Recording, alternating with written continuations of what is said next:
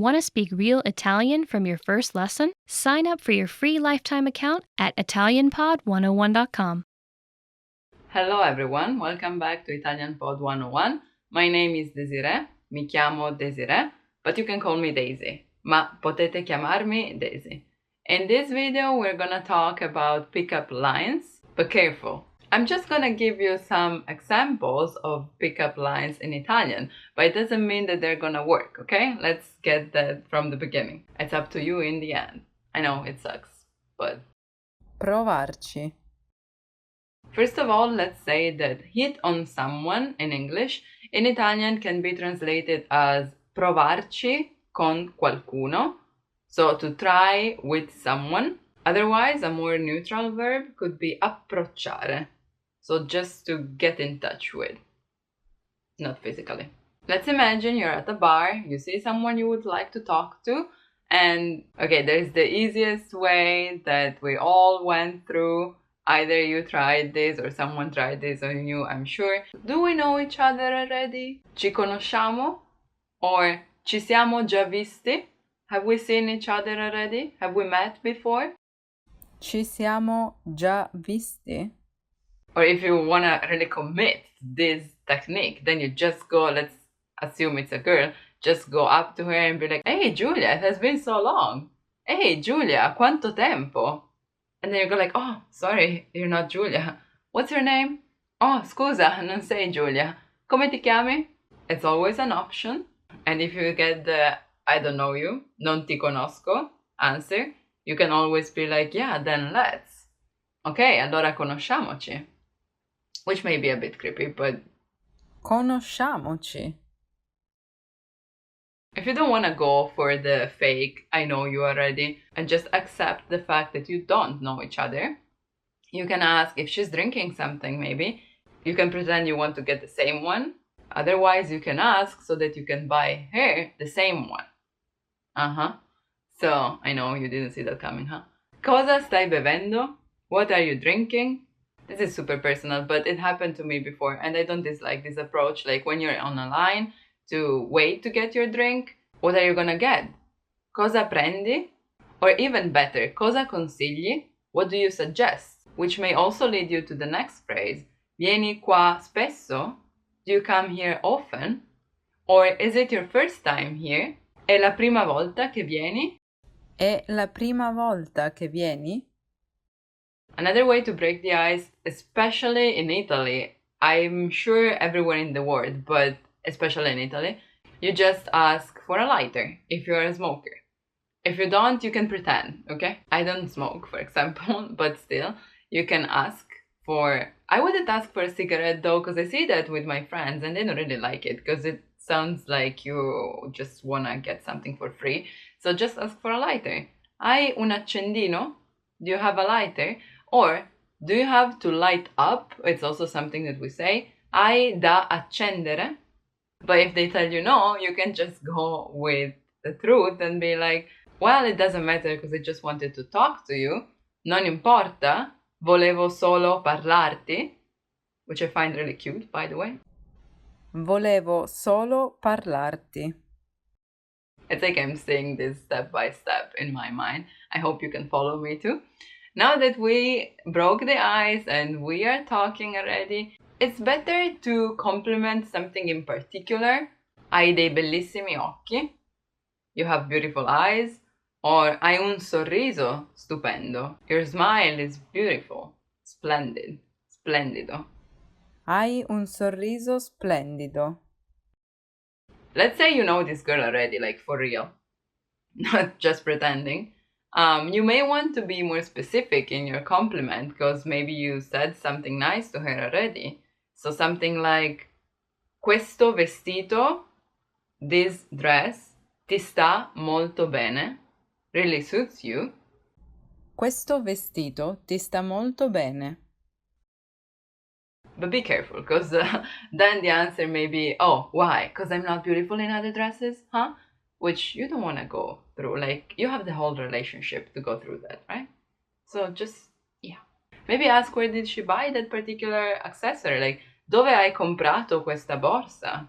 Where did you buy this bag? We all know you don't care. But sometimes, you just have to say things that you don't really think.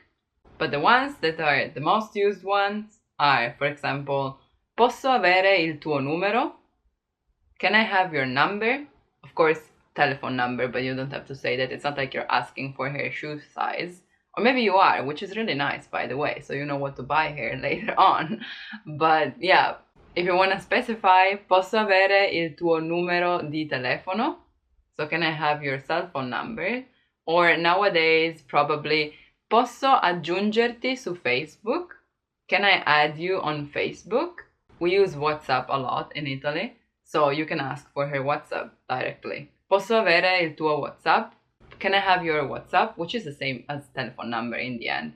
But can I write to you on WhatsApp? Posso scriverti su WhatsApp? Posso scriverti su WhatsApp? Then the most important one. Posso invitarti a cena con me? Can I invite you to have dinner with me? You don't really have to add that with me. Ti andrebbe di andare a cena?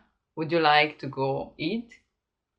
I mean, I would say yes to anyone just because I like eating, but if you want to make sure that she gets it's a date, then ti andrebbe di uscire con me?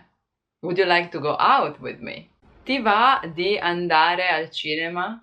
This ti va is really nice in my opinion because it's not a direct question like why do you want to, and it's not like would you like to, it's just more like do you feel like going to the cinema, which is a nice safety zone to me because it's not too harsh on you if the girl says no, because she's like I don't really watch movies, like read between the lines. This is something very important. If someone tells you no, it's no.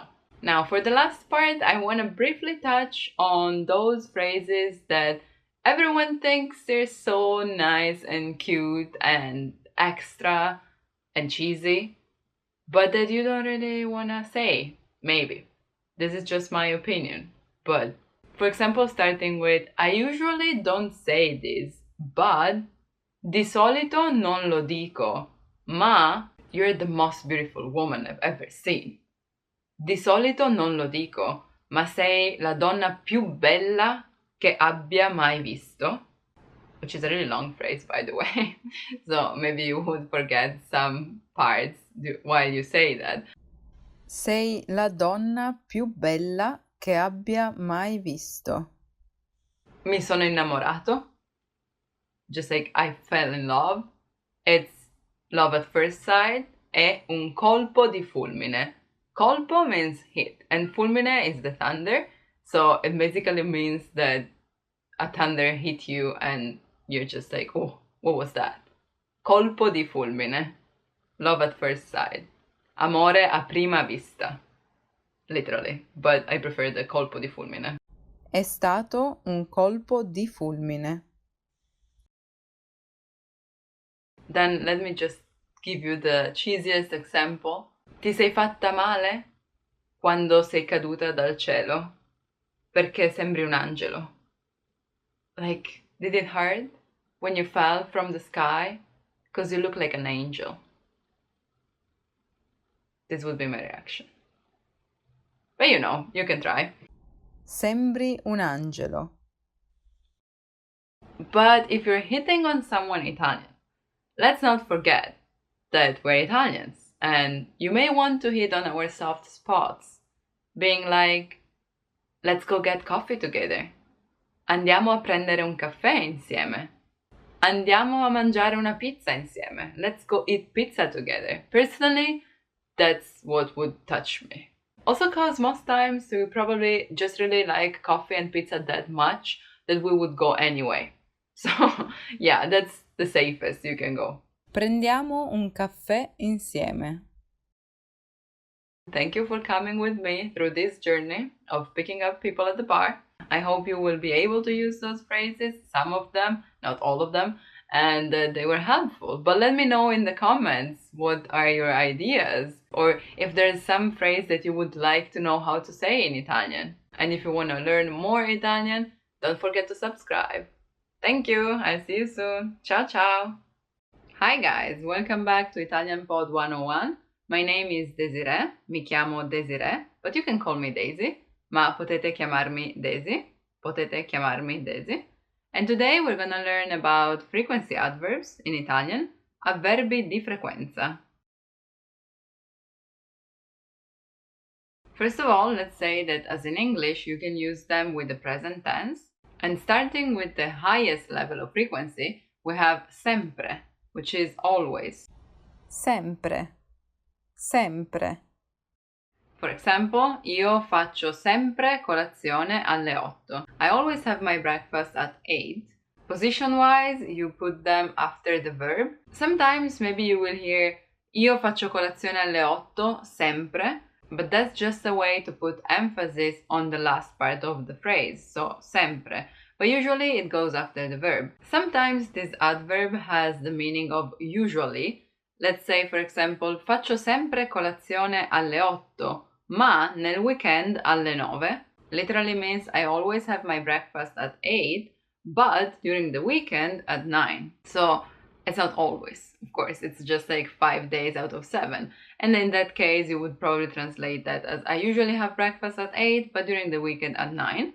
But yeah, it's still sempre. So if you do something always, but not really, kind of always, you can also say quasi sempre, almost always. Spesso.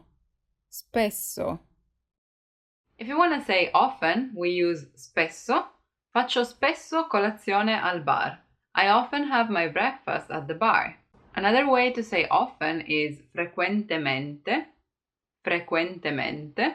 But it's a bit more formal, I would say. If I talk to my friends, I would just use spesso. And be careful, because sometimes you hear the same word, spesso, but it also means thick. For example, this book is really thick. Questo libro è molto spesso. It's exactly the same word. It just has two meanings, okay? And a funny way of saying, I mean, it's not funny, it's just something that I like, is spesso e volentieri, which literally means often and gladly, often and happily.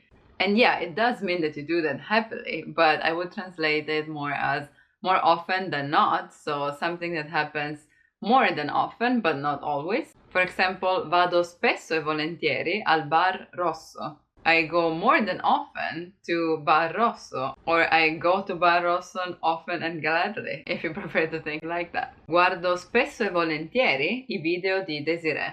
I often watch Desiree's videos, and I enjoy them. Moving on to sometimes, we have different ways to say that, but one of the most common is ogni tanto. Ogni tanto. Ogni tanto. Literally means every now and then. Ogni tanto faccio colazione al bar. So sometimes I have breakfast at the bar. And ogni is really a useful word because you can combine it with everything as every in English. Ogni giorno, every day. Vado al mare ogni estate.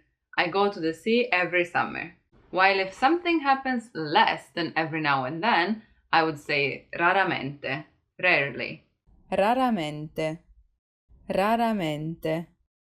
Perfect example for spesso e volentieri combined with rarely. Faccio raramente colazione a casa. Vado spesso e volentieri al bar. I rarely have breakfast at home. I often go to the bar. Meaning that going to the bar happens more often than being at home for breakfast. While if you never do something, then you have to use mai. Mai. Mai. But be careful because mai has to be used in a negative sentence. Non faccio mai colazione. I never have breakfast. So literally it's I don't ever have breakfast at the bar. Io non faccio mai colazione al bar. Io non vado mai in vacanza al mare. I never spend my holidays at the sea. Non vado mai al mare. Non guardo mai video. I never watch videos. And even when you use almost never, so quasi mai, non vado quasi mai al bar. Still negative sentence, okay? Non faccio quasi mai colazione al bar, solo ogni tanto. Only sometimes. Quando sono stanca, when I'm tired. Which is always, sempre. Okay, so to sum up, going to the most frequent to the least one, we have sempre, always, spesso, often, ogni tanto, sometimes, or raramente, rarely, and mai, never, or quasi mai, almost never, and quasi sempre, almost always, if you want to add a slight possibility that it doesn't always happen. One last thing, I have a question for you, and I also want to tell you how to ask how often. So my question is, quanto spesso studi italiano? How often do you study Italian? Or ogni quanto studi italiano? Same meaning. Quanto spesso? Ogni quanto? So yeah, let me know in the comments how often you study Italian, how often do you watch our videos? And if you like this and want to learn more about Italian language, then like and subscribe. Thank you. I see you soon. Ciao ciao. Hello everyone and welcome back to Italian Pod 101. My name is Desiree, but you can call me Daisy. Il mio nome è Desiree, ma potete chiamarmi Daisy. In this video we're gonna learn together how to say hi in Italian, so Italian greetings. I saluti. I saluti.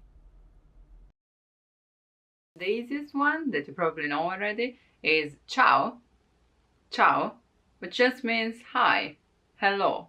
You can say that to people that you meet for the first time or people that you meet on the street and you're just talking. But if it's someone like your teacher or your future boss, you may want to be a bit more formal and say buongiorno, buongiorno, good day, if it's day, if it's daytime. Usually, okay, in theory, it's supposed to be fine until 1 p.m., from which then you switch to buon pomeriggio, good afternoon, or buonasera, good evening. Business that are kind of conservative, like maybe old shops with people that sell traditional products, they would switch to buonasera immediately after 1 p.m., even if it's still like bright outside, and don't use the buon pomeriggio in between. But yeah, it's just a formal way to say hi. Sometimes instead of buongiorno, you will hear buondì, where di means giorno.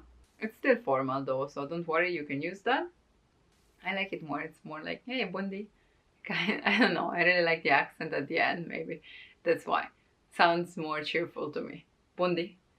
Of course, you can go with the hey or hela, which doesn't need to have a real Italian word in that, so it's easy. But I would say that if you say hey, you feel like you need to say the name at least of the person that you know, because that's informal, right?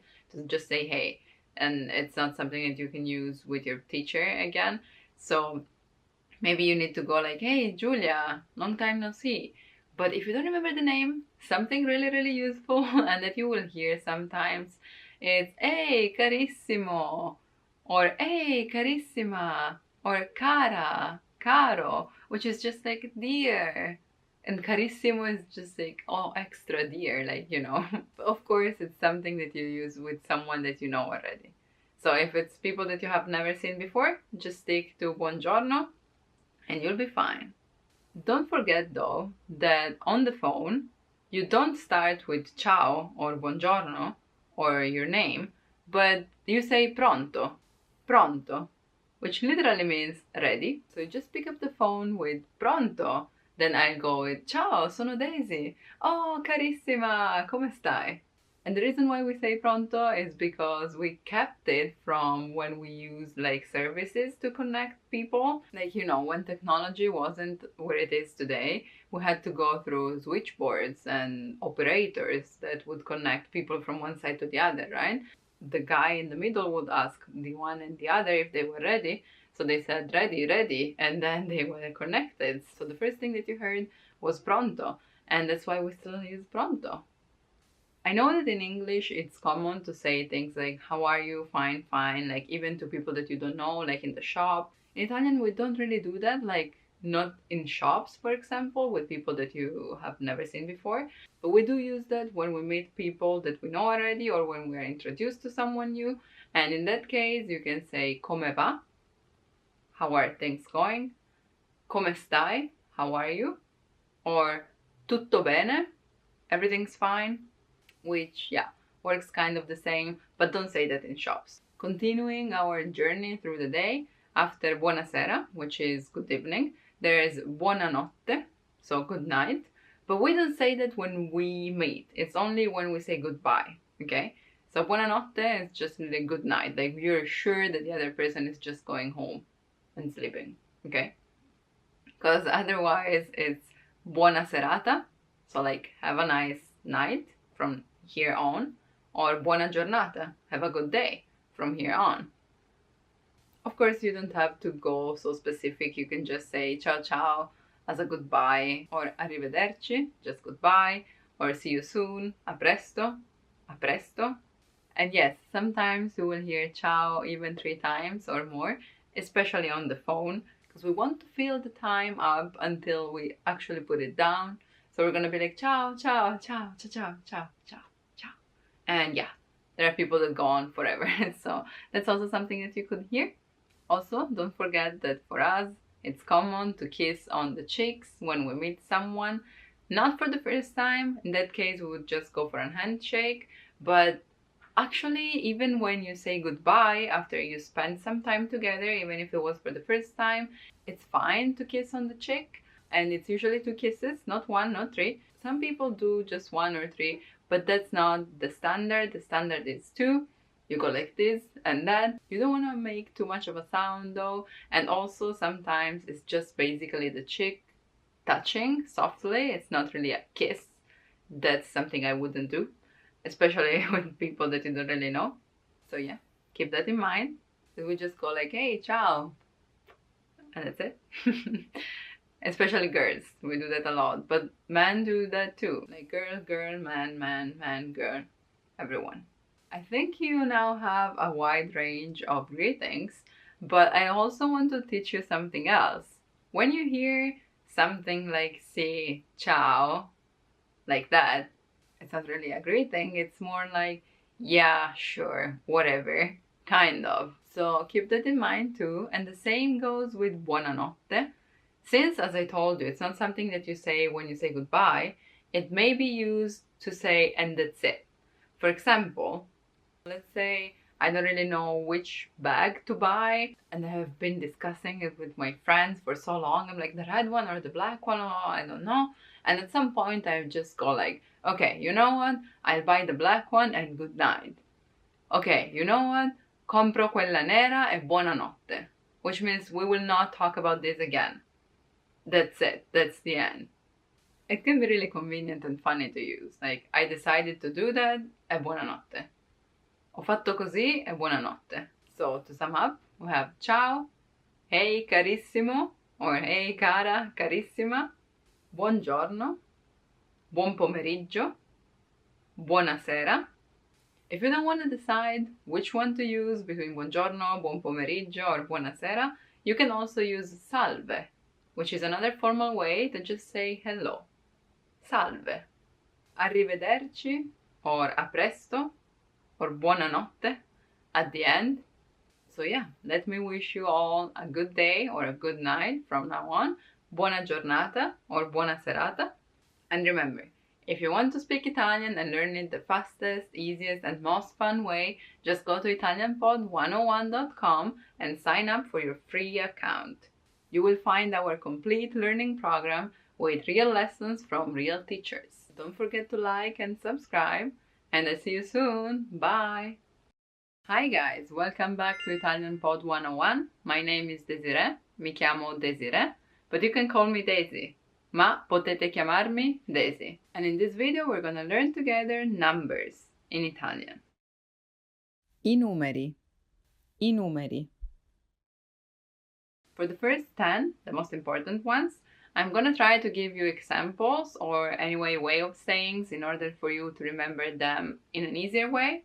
First of all, we have uno, which is 1, as in like say il numero uno. You are the number 1, like you're the best. Due, 2, a thing that Italians like a lot, chatting. Fare 2 chiacchiere. Literally, to have 2 chats basically means to chit chat, so to talk a bit, hopefully in front of a coffee. And then, of course, non c'è due senza tre. There's no two without three. So, tre is three. Quattro, quattro. If you remember two, due, with due chiacchiere, then add fare due chiacchiere a quattro occhi. Quattro occhi, so 4 eyes, right? Means let's talk, just me and you. A quattro occhi. 5, cinque. Let's say the 5 senses, I cinque sensi. The hardest thing to pronounce in this word is que, cinque, because there's the You have to stop a moment before adding que, because otherwise cinque, no. Cinque, take your time to pronounce it slowly, and then it will come more natural. Sei, 6 is what high school students want, because in Italy, 6 is what you need to pass an exam, which is evaluated on a scale out of 10. Sette, 7. We say sudare 7 camicie, so to sweat 7 shirts. Means that you're really trying and that you're really putting effort into it. Then we have otto. If you remember quattro, which is 4, we say fare in quattro e quattro otto, which means to do something in a really quick way. It's something really fast. Quattro e quattro otto, literally 4 and 4, 8.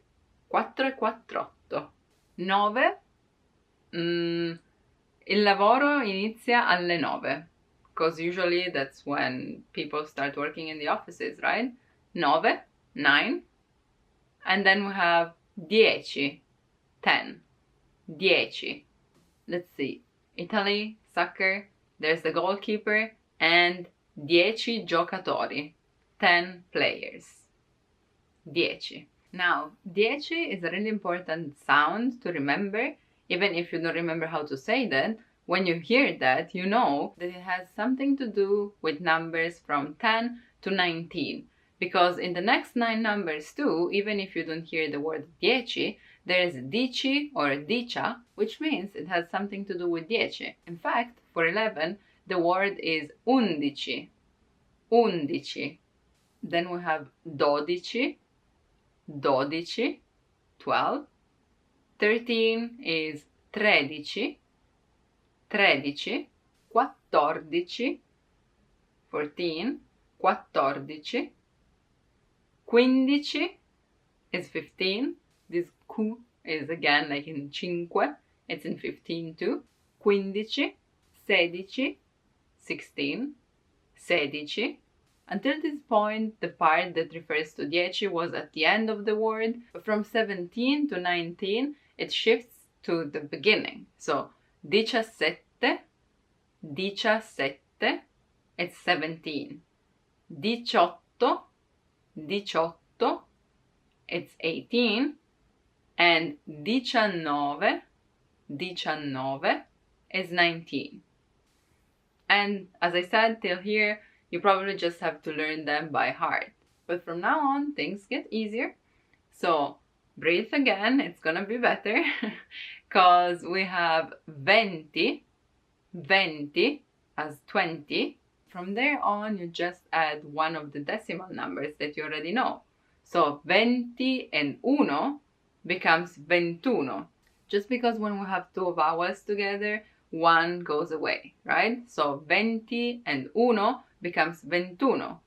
But then you just say 22, 23, 24, 25, 26, 27. Then again with otto, which starts with a vowel, is 28 all together. So not 20 and 8, but 28. And then 29. And you can work with this with the next numbers too. Like 30 is 30. Be careful with 33 because it gets tricky. It's 33. 40 is 40. And it's easy to remember that it comes from quattro, right? Quattro becomes 40. While cinque becomes 50. So 51, 52, and so on. Then we have 60 for 60, 60. I know this is a bit tricky, but you just have to stop the s sound for a bit. 60, 60, and 70, 70. So in this case, it's not double S, but S and T. 70, 70. 80 is 80. It's easy to see that it comes from 8, 80. And 90 is 90. So from 9, which is 9, 90. And with hundreds too, it's easy, because once you know 100, which is 100, be careful because in Italian we don't say un cento, we just leave it as it is, 100, 100. Then you just add the number, 101, 102, 120, 136. I'm just giving numbers here. And that's an important expression, because in Italian when you say dare I numeri, so basically to say numbers, to tell numbers, to give numbers, literally, it means that you're a bit crazy, because you don't really know what you're saying. And here I'm just giving numbers. I'm just going out of my mind with random numbers. With the last number, 1000, 1000, 1000. Again, we don't say 1000, but just 1000. While if you want to say 2000, then it's 2000. And 1000 is very, very, very useful, because when we want to thank someone, we just say grazie mille. Thanks 1000 literally, but thanks a lot. So yeah, grazie mille for watching. Thank you very much for watching. And remember that if you want to be able to have real Italian conversations with Italian native speakers, just click the link in the description and download our PDF lessons, which include Italian phrases that you need for your daily life. And if you liked this video, please give me a thumbs up and remember to subscribe. I'll see you soon. Bye. Ciao, ciao. Want to speak real Italian from your first lesson? Sign up for your free lifetime account at ItalianPod101.com. Hi guys, welcome back to Italian Pod 101. My name is Daisy, mi chiamo Daisy, and in this video we're gonna learn together about nationalities. La nazionalità. La nazionalità. Nazione is country, so nazionalità is where you come from. Nationality. First of all, let's say that we can't cover them all, so I'm sorry if yours is not included in the video, but don't hesitate to comment and ask about that. And also, I'm gonna try to give examples just for the sake of grammar. So don't focus on the content. Hopefully it's correct, but if not, please focus on the grammar, okay? That being said, I'm gonna use examples with food, so it's easy to remember, at least for people like me who really like to eat. And of course, let's start with Italian. So, la pizza è italiana. Pizza is Italian. We can't argue about this, can we? As other adjectives in Italian, nationalities too have to be adjusted based on the subject. La pizza è italiana ends with a because la pizza is female. La pizza. If I say Marco è italiano, then you can see that since Marco is a male, italiana becomes italiano. And also some of them don't even change, but we're gonna get to that in a bit. For now, let's see some other examples of this normal form that changes according to the subject. So from Italia we have italiano or italiana. Then let's say la paella è spagnola. La paella è spagnola. I want you to focus on the name of the country too, so let's work in a parallel way, okay? Spain is Spagna, and Spanish is spagnolo or spagnola. La paella è spagnola. Juan è spagnolo. Juan is Spanish. Il kebab è turco. Il kebab è turco. Kebab is Turkish. Turchia is the name for the country. Turchia, turco, or turca. Le piramidi sono egiziane. Pyramids are Egyptian. Le piramidi sono egiziane. Here I want you to notice that it's not only about she or he, but also about singular or plural, right? So piramidi, which is female and plural, goes with egiziane, while lui, he, is lui è egiziano. Lei è egiziana. She is Egyptian. And by the way, Egypt is Egitto. Egitto. Same works, for example, for Svizzero. L'orologio è svizzero. The watch is Swiss.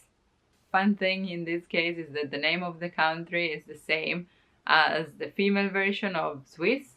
So Svizzera, lui è svizzero, he is Swiss, or she is Svizzera. Svizzeri and Svizzere. This can be tricky, this Svizzere. Hope you're not from there because it's hard to say. I'm kidding. Then we have lo yogurt è greco. Lo yogurt è greco. From Grecia, Greeceland, Grecia. Lui è greco, lei è greca. Be careful because they are greci, but they, female, are greche. Greche. Lo strudel è tedesco. If you don't know, it's a sweet with apples. Very, very nice. Lo strudel è tedesco. From Germania, which is Germany. This is really tricky because it completely changes. If you're from Germania, which is Germany, you are tedesco or tedesca. And then we have tedeschi or tedesche. Il curry è indiano. Curry is Indian. From India, indiano, easy. Same goes, for example, for America and americano. L'hamburger è americano. Hamburger is American. But here, to be precise, we're talking about the continent, America, while if you want to refer specifically to USA, it's Stati Uniti, United States, Stati Uniti. It's part of the group of those adjectives that don't change. Of course, they do change if it's singular or plural, but not if it's male or female. For example, lei è statunitense. She is from the US. Lui è statunitense. He is from the US. Loro, they, sono statunitensi. It changes only if the subject is plural, okay? In the same group, we also have France, for example, Francia. La baguette è francese. Baguette is French. Baguette, by the way, is female, so it's like saying lei è francese, she is French. But even if I say lui è francese, francese doesn't change. While loro, they are francesi. Loro sono francesi. They are French. And even if it's just a group of female friends, for example, loro sono francesi. I ravioli sono cinesi. Dumplings are Chinese. From Cina, which is China. Cinesi or cinese, if singular. Le polpette sono svedesi. Meatballs are Swedish. I know they're not, but they're really famous there, right? So svedese comes from Svezia, which is Sweden. Swedish is svedese. Lui è svedese, lei è svedese. Io sono svedese. It's not true. Giappone, giapponese. Il sushi è giapponese. Sushi is Japanese. Lei è giapponese. She is Japanese. La birra è irlandese. Beer is Irish. Irlanda is Ireland.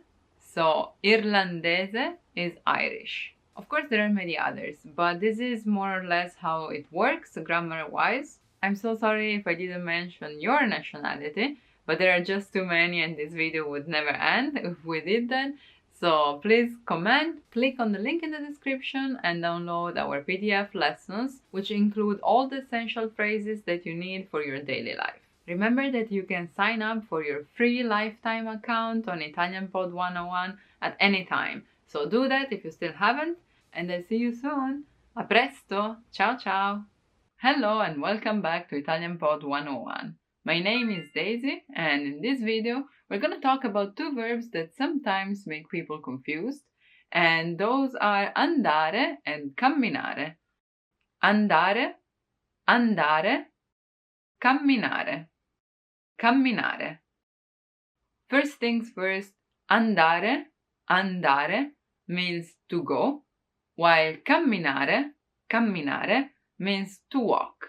Also, camminare is regular, so you take camminare, say goodbye to are at the end, and just add the endings that you use for other verbs too, like parlare or cantare, so to talk, to sing, and it becomes io cammino, tu cammini, lui cammina, noi camminiamo, voi camminate, essi or loro camminano.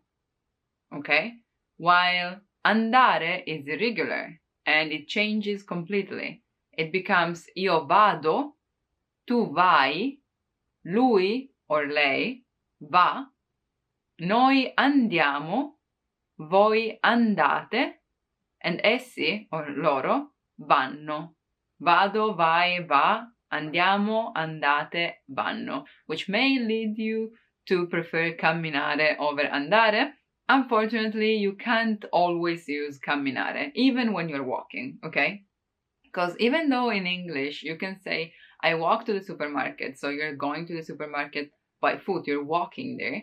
In Italian, even if I would understand what you mean by cammino al supermercato, we actually say vado al supermercato. And that's because andare is really used in Italian, especially with the compound of andare a fare qualcosa, so to go and do something. So vado al supermercato implies that you're going to buy stuff. So vado al supermercato a fare la spesa, to do groceries. Or vado al supermercato a comprare due cose, to buy two things, okay? So cammino al supermercato focuses the attention on the fact that you're walking. So we would rather say cammino fino al supermercato e torno indietro. For example, like I'll walk till the supermarket and then come back, which puts the attention on the fact that you're walking till there. So for example, you want to say that you're gonna take a walk and you're getting till there and then coming back. So the point is not that you're going to the supermarket, it's that you're walking till that point. It doesn't have to be the supermarket, okay? The focus is on you actually moving your legs, okay? That's the point. While if you say andare a fare qualcosa, the focus is on that something that you're gonna do. Stasera vado al cinema. Tonight I'm going to the cinema. I don't say stasera cammino fino al cinema. Like tonight I'm walking till the cinema. That's not the point. The point is that I'm going to the cinema. While if I want to say that I'm gonna walk, and that's what I want to convey, I would just say vado al cinema a piedi. Andare a piedi. Going by foot, so by walking. Vado al cinema a piedi. And of course, camminare a piedi is something that you would never say because camminare is walking already, so you don't have to say that you're using your legs to do that.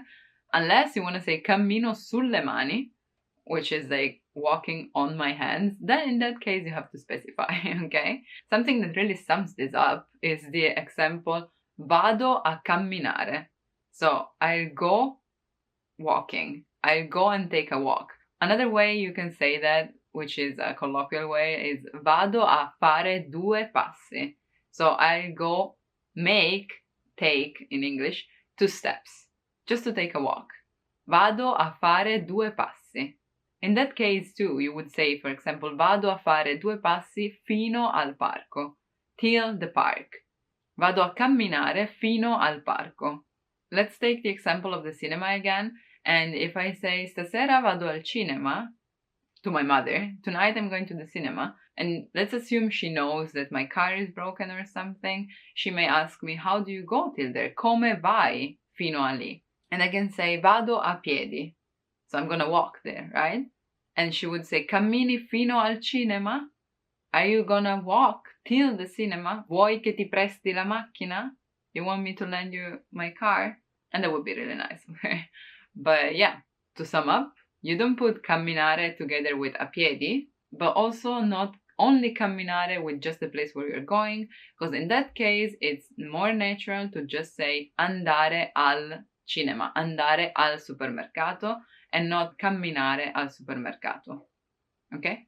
Hopefully this will be useful for you when you have to decide between andare and camminare.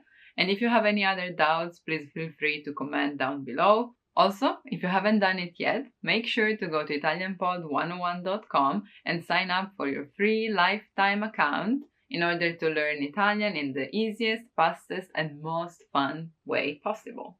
Thank you for watching, and please don't forget to like and subscribe if you liked the video, and I'll see you soon. Ciao ciao!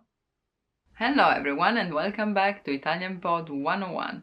My name is Daisy, and in this video we're gonna talk about something pleasant, which is the verb piacere in Italian, especially the expression a me piace, mi piace, and me piace, which it's not correct. Let's say it straight away.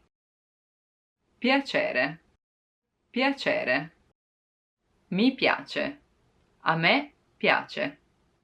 Even though generally the verb piacere is translated as to like, the real meaning, literally, is to be pleasing to.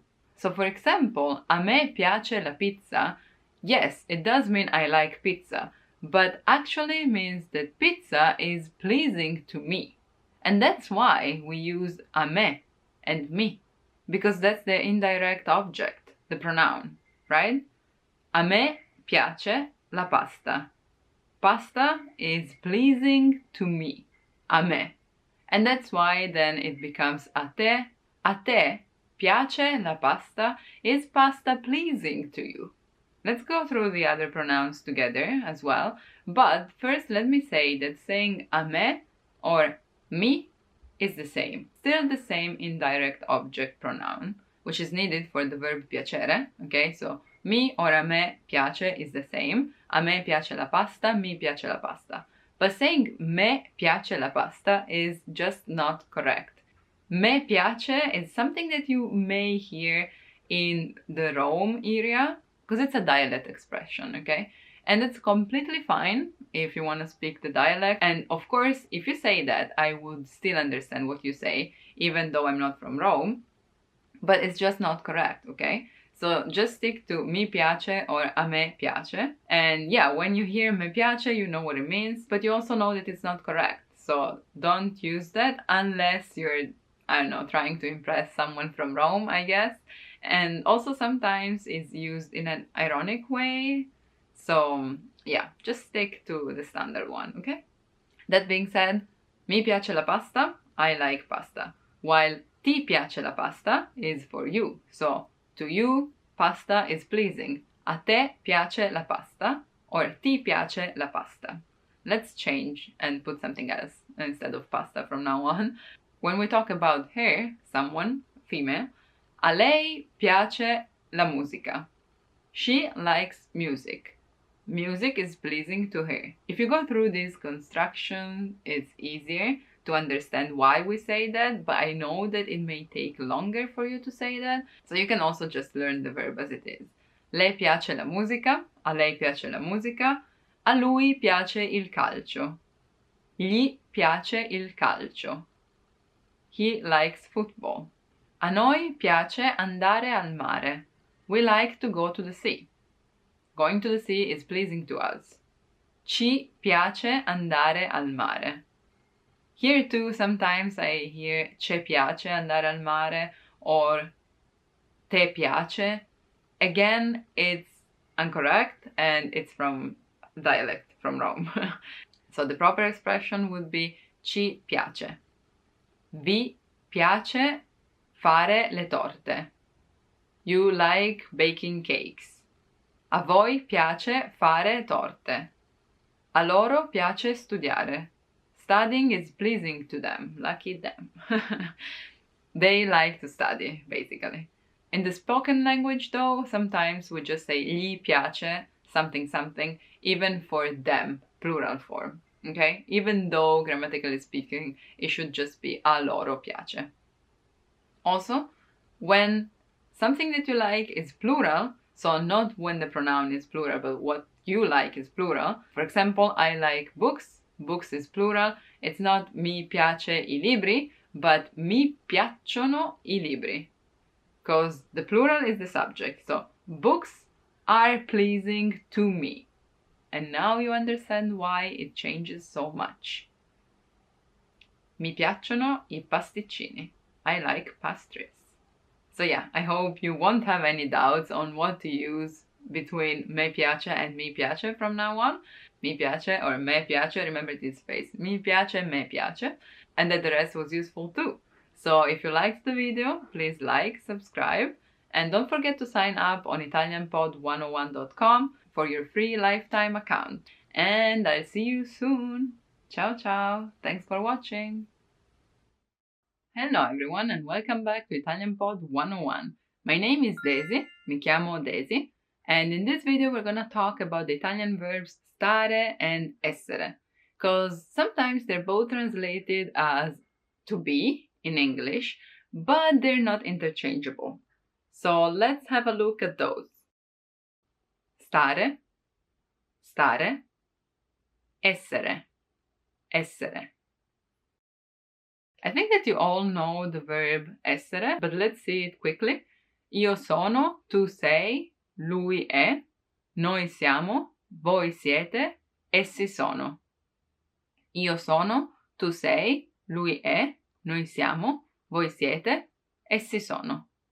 While on the other side we have io sto, tu stai, lui sta, noi stiamo, voi state, essi stanno.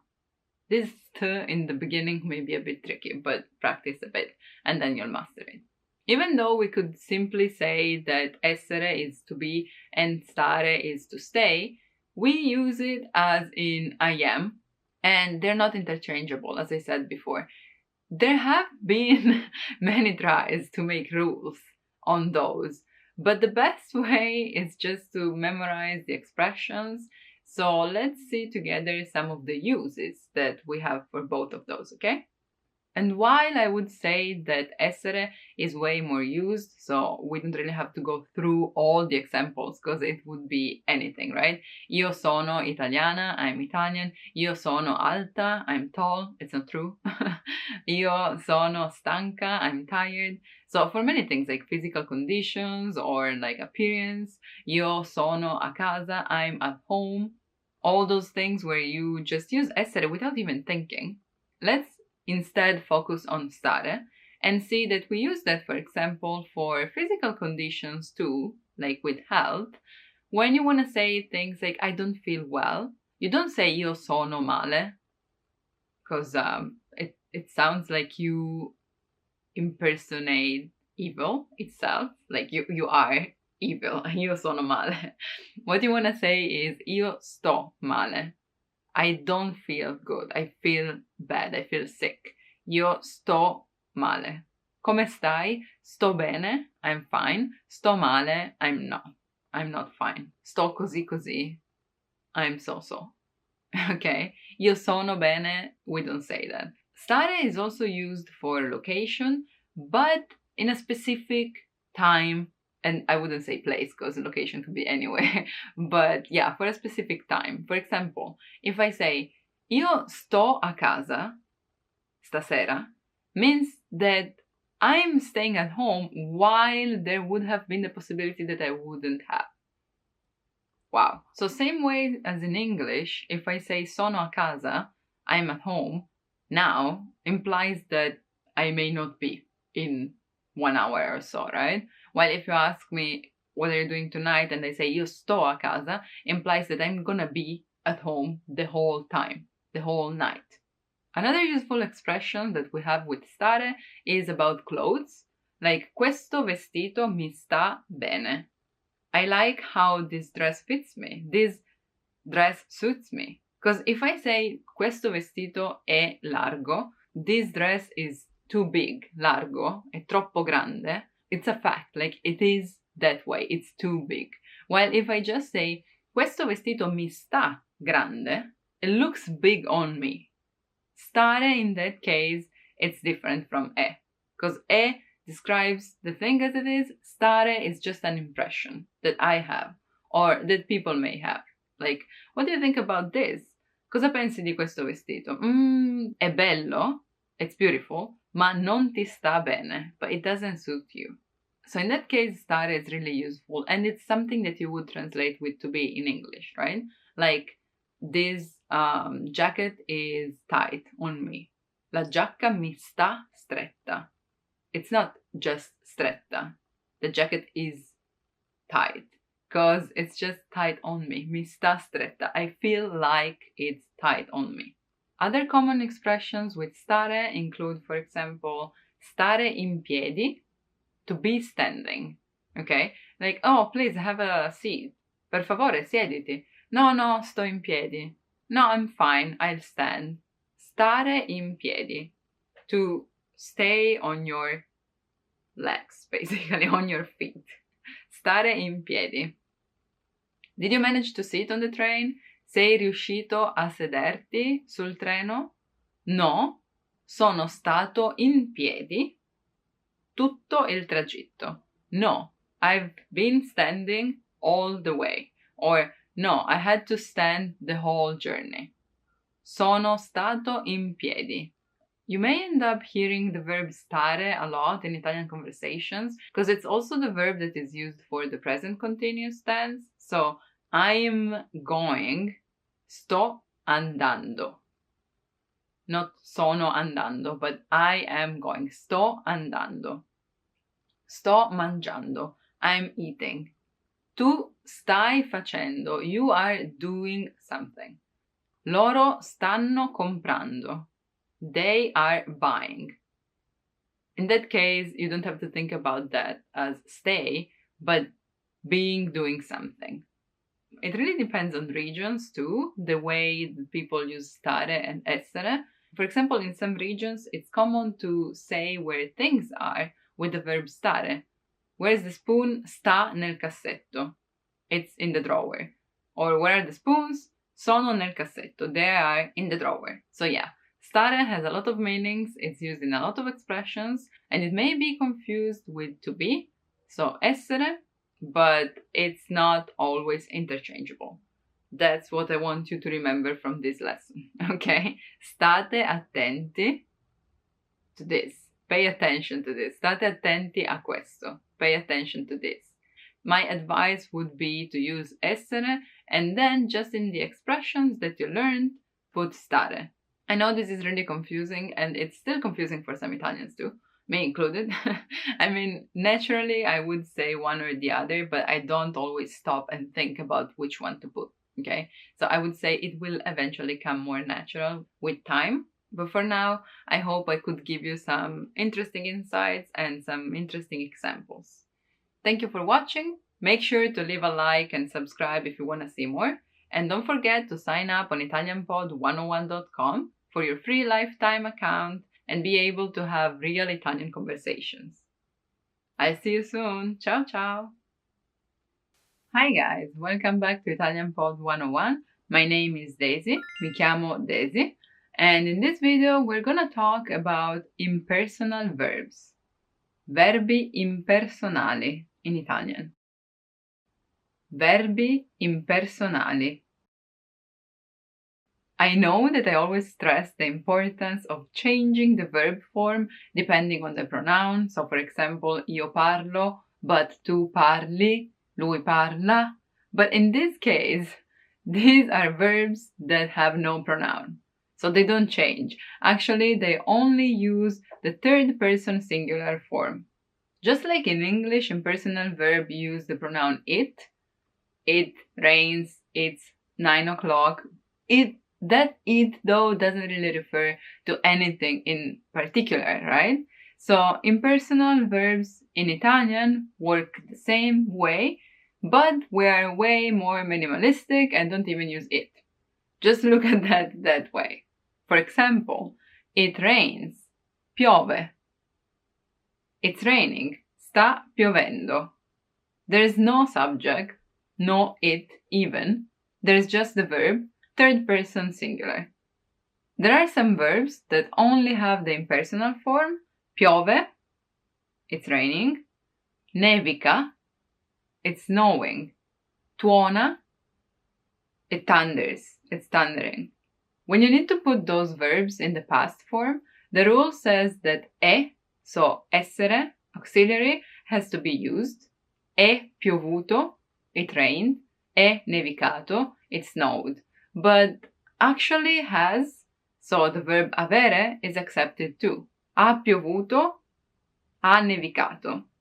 So you don't have to think too much about that, luckily, at least.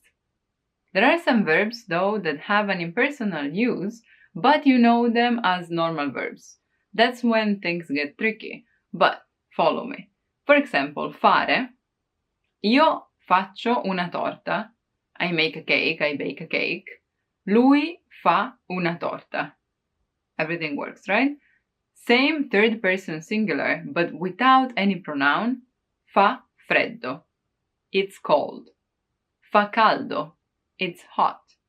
Again, we're talking about weather conditions, so if you think about that, it's easy to think that it doesn't need the pronoun. A really common impersonal expression with the verb fare is fa niente. Fa niente. Meaning it doesn't matter. It literally does nothing. It doesn't matter. For example, oh, sorry, I promised you I would go, but I can't in the end. Scusa, ti ho promesso che sarei andato, ma non posso. Scusa, ti ho promesso che sarei andato, ma non posso. Ah, it doesn't matter. Don't mention it. Don't worry about it. Fa niente. Same example with non importa. It's not of any importance. It doesn't matter. Again, importare as in to matter. Anche se è caro, non importa. Mi serve. Even though it's expensive, it doesn't matter. I need it. Non importa. It has no importance. Even when you're walking, for example, and someone bumps into you, and if they're nice, they're like, oh, scusa. You can be like, ah, fa niente. Doesn't matter. No problem. Now, when talking about impersonal verbs, we also have to talk about impersonal expressions in general, because basically you can make any verb impersonal. Same way as in English, someone would say, one has to blah blah blah something, or it is that blah blah blah, or you have to, but this you doesn't really mean you, Marco, but you in general, all the people, everyone should do something. We have the same expression with the word si, that takes the place of the pronoun in the third person singular. For example, mangiare. Io mangio, tu mangi, lui mangia, right? He eats. If we don't use he, but si, as a pronoun in this case, si mangia, it just becomes it is eaten or you eat. In Italy, si mangia la pizza. In Italy, people eat pizza. In Italy, pizza is eaten. In Italy, it is common to eat pizza. So it becomes an impersonal expression, really useful and rarely used. So let's look a bit more into it. Probably something that you've been using already, but without noticing, that is an impersonal use of a verb. Come si dice ciao in inglese? How do you say hi in English? Come si dice. That si is the impersonal form. So, how do you say? How is it said? How would people say? Impersonal use. Come si dice casa in inglese? How do you say house in English? In this case, how do you say house in Italian? Casa. Come si dice. If you don't really get the idea of an impersonal pronoun, it may be useful for you to think of it as people. Si beve, people drink. In Italy, people drink wine. In Italia, si beve vino. And like that, any verb can be converted into an impersonal expression. For example, si sa che gli italiani amano la pizza. Si sa, from sapere, to know, che gli italiani amano la pizza. It is known that Italians love pizza.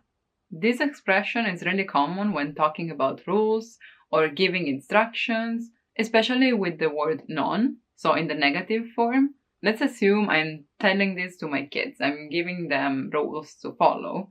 Non si scrive sui muri. Like, writing on walls won't be accepted. It's not. People shouldn't write on walls. You shouldn't write on walls. Another one. My mom will be so proud of me for remembering all the rules she gave me when I was a kid. But yeah, non si gioca quando si mangia. You don't play when you're eating. But not you, only you. People in general don't do that. This is the rule. Non si gioca, giocare. Io gioco, tu giochi, lui gioca. Si, non si gioca quando si mangia, when eating. When eating, one should not play. When eating, you should not play. But yeah, jokes aside, to sum up, impersonal verbs are made with the third singular form of the verb, and some of them are impersonal only, while some of them are just made impersonal by the expression. And you can make every verb impersonal by using the pronoun si, always with third person singular. Please feel free to come up with your own examples and write them down below in the comments. I'm looking forward to see those. Thanks for watching, and remember, if you haven't done it yet, to subscribe for your free lifetime account on Italian Pod 101, download PDF lessons, and learn Italian in the easiest, fastest, and most fun way possible. I'll see you soon. Ciao ciao. Bye bye. Want to speak real Italian from your first lesson? Sign up for your free lifetime account at ItalianPod101.com. Hello everyone, and welcome back to ItalianPod101.com. My name is Daisy, mi chiamo Daisy, and in this video we're gonna learn together about months in Italian. I mesi dell'anno. I mesi dell'anno. I mesi dell'anno. Mese, singular form, 1 month, mese. Mesi, plural form, months. Let's go through them together. The first one, of course, January. Gennaio. Gennaio. Gennaio è un mese molto freddo. At least in Italy, I would say. In Italia. Gennaio è un mese molto freddo in Italia. January is a really cold month in Italy. Febbraio. Febbraio è il mese degli innamorati. February is the month of lovers. February is lovers month. Just because there is some Valentine, okay? Otherwise you can say febbraio è un altro mese molto freddo. February is another really cold month. Okay? But febbraio è il mese del carnevale. February is the month of carnival. March, marzo, marzo. A marzo si festeggia la festa della donna. In March, Women's Day is celebrated. A marzo si festeggia la festa della donna. Sono nata ad aprile. I was born in April. In fact, aprile is April.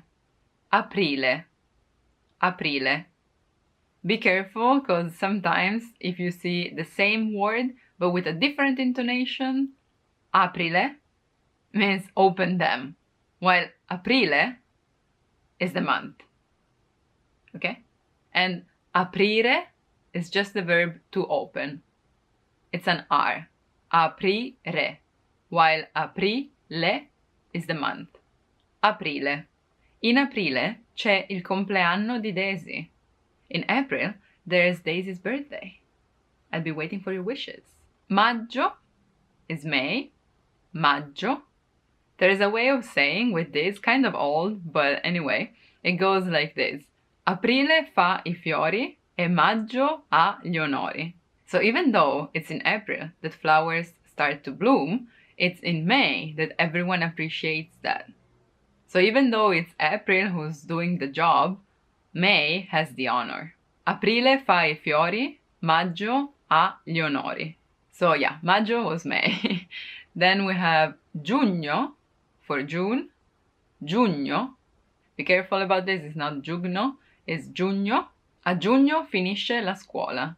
In June, schools close. The term is over, basically. It's summer vacation.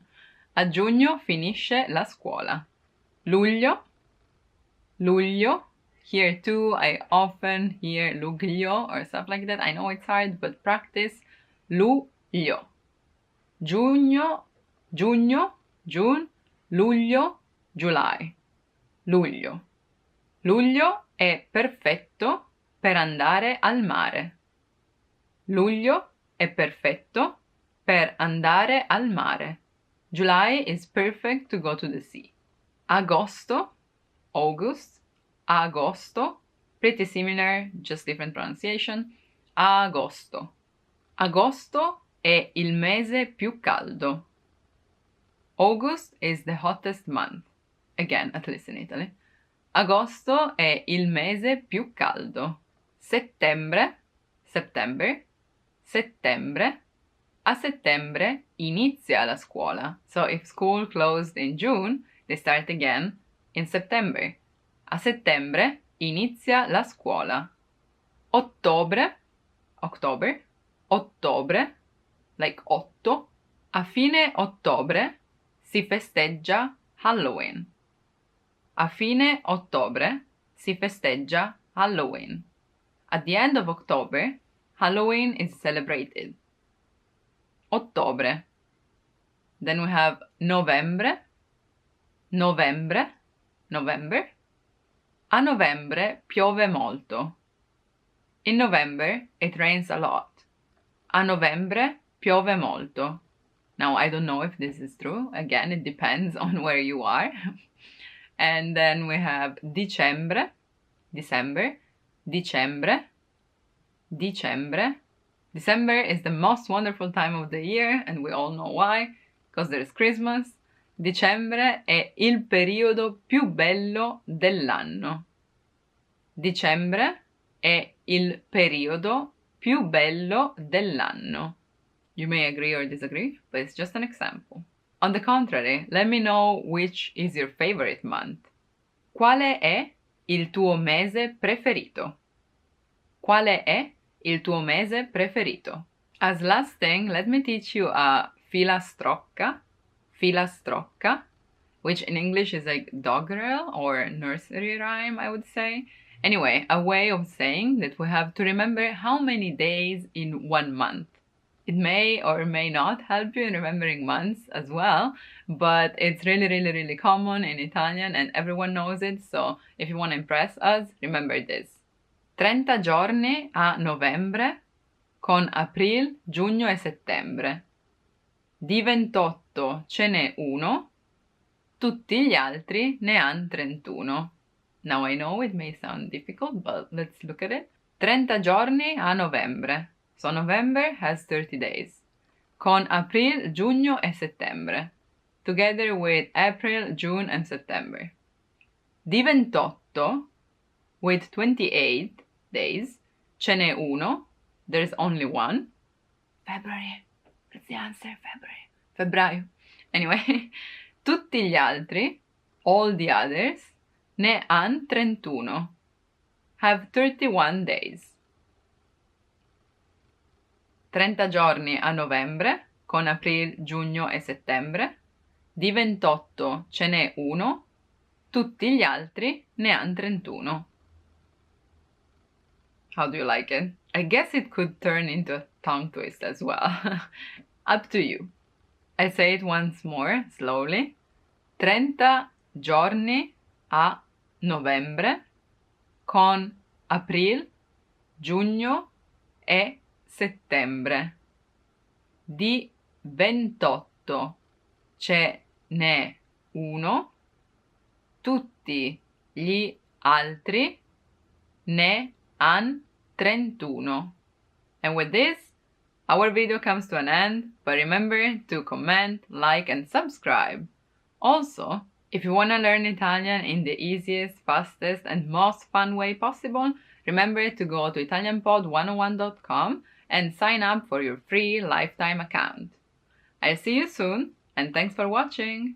Bye bye. Ciao ciao. Hello everyone and welcome to Italian Pod 101. My name is Daisy, mi chiamo Daisy, and in this video I'm gonna teach you ordinal numbers in Italian. Numeri ordinali. I numeri ordinali. I numeri ordinali. You have to learn them by heart, but after 10 it gets easier. Also, first things first, you have to remember that the ordinal number changes depending on the name it refers to. It's easier than it seems. Let's look at them together. Primo. Primo. First. As I was saying, there is primo referring to a male and prima referring to a female. Don't confuse it with the word prima in the meaning of before, okay? So for example, Giovanni è il primo della lista. Giovanni è il primo della lista. Giovanni is a male, so he is primo, the first of the list. While Giovanna, female, è la prima della lista. Giovanna è la prima della lista. Giovanna, female, so prima. So the ending changes depending on the noun it refers to. Second is secondo or seconda. Domani entro alla seconda ora. Domani entro alla seconda ora. Tomorrow I'll go to school from the second term on. So from dalla seconda ora. Second term. Ora is female, so seconda. Otherwise it would be secondo. Third, terzo or terza. È la terza volta che dici la stessa cosa. It's the third time you're saying the same thing. È la terza, and that was me about the ordinal numbers changing at the end, but anyway, è la terza volta che dici la stessa cosa. It's the third time you're saying the same thing. Fourth, quarto or quarta. Quarto, quarta.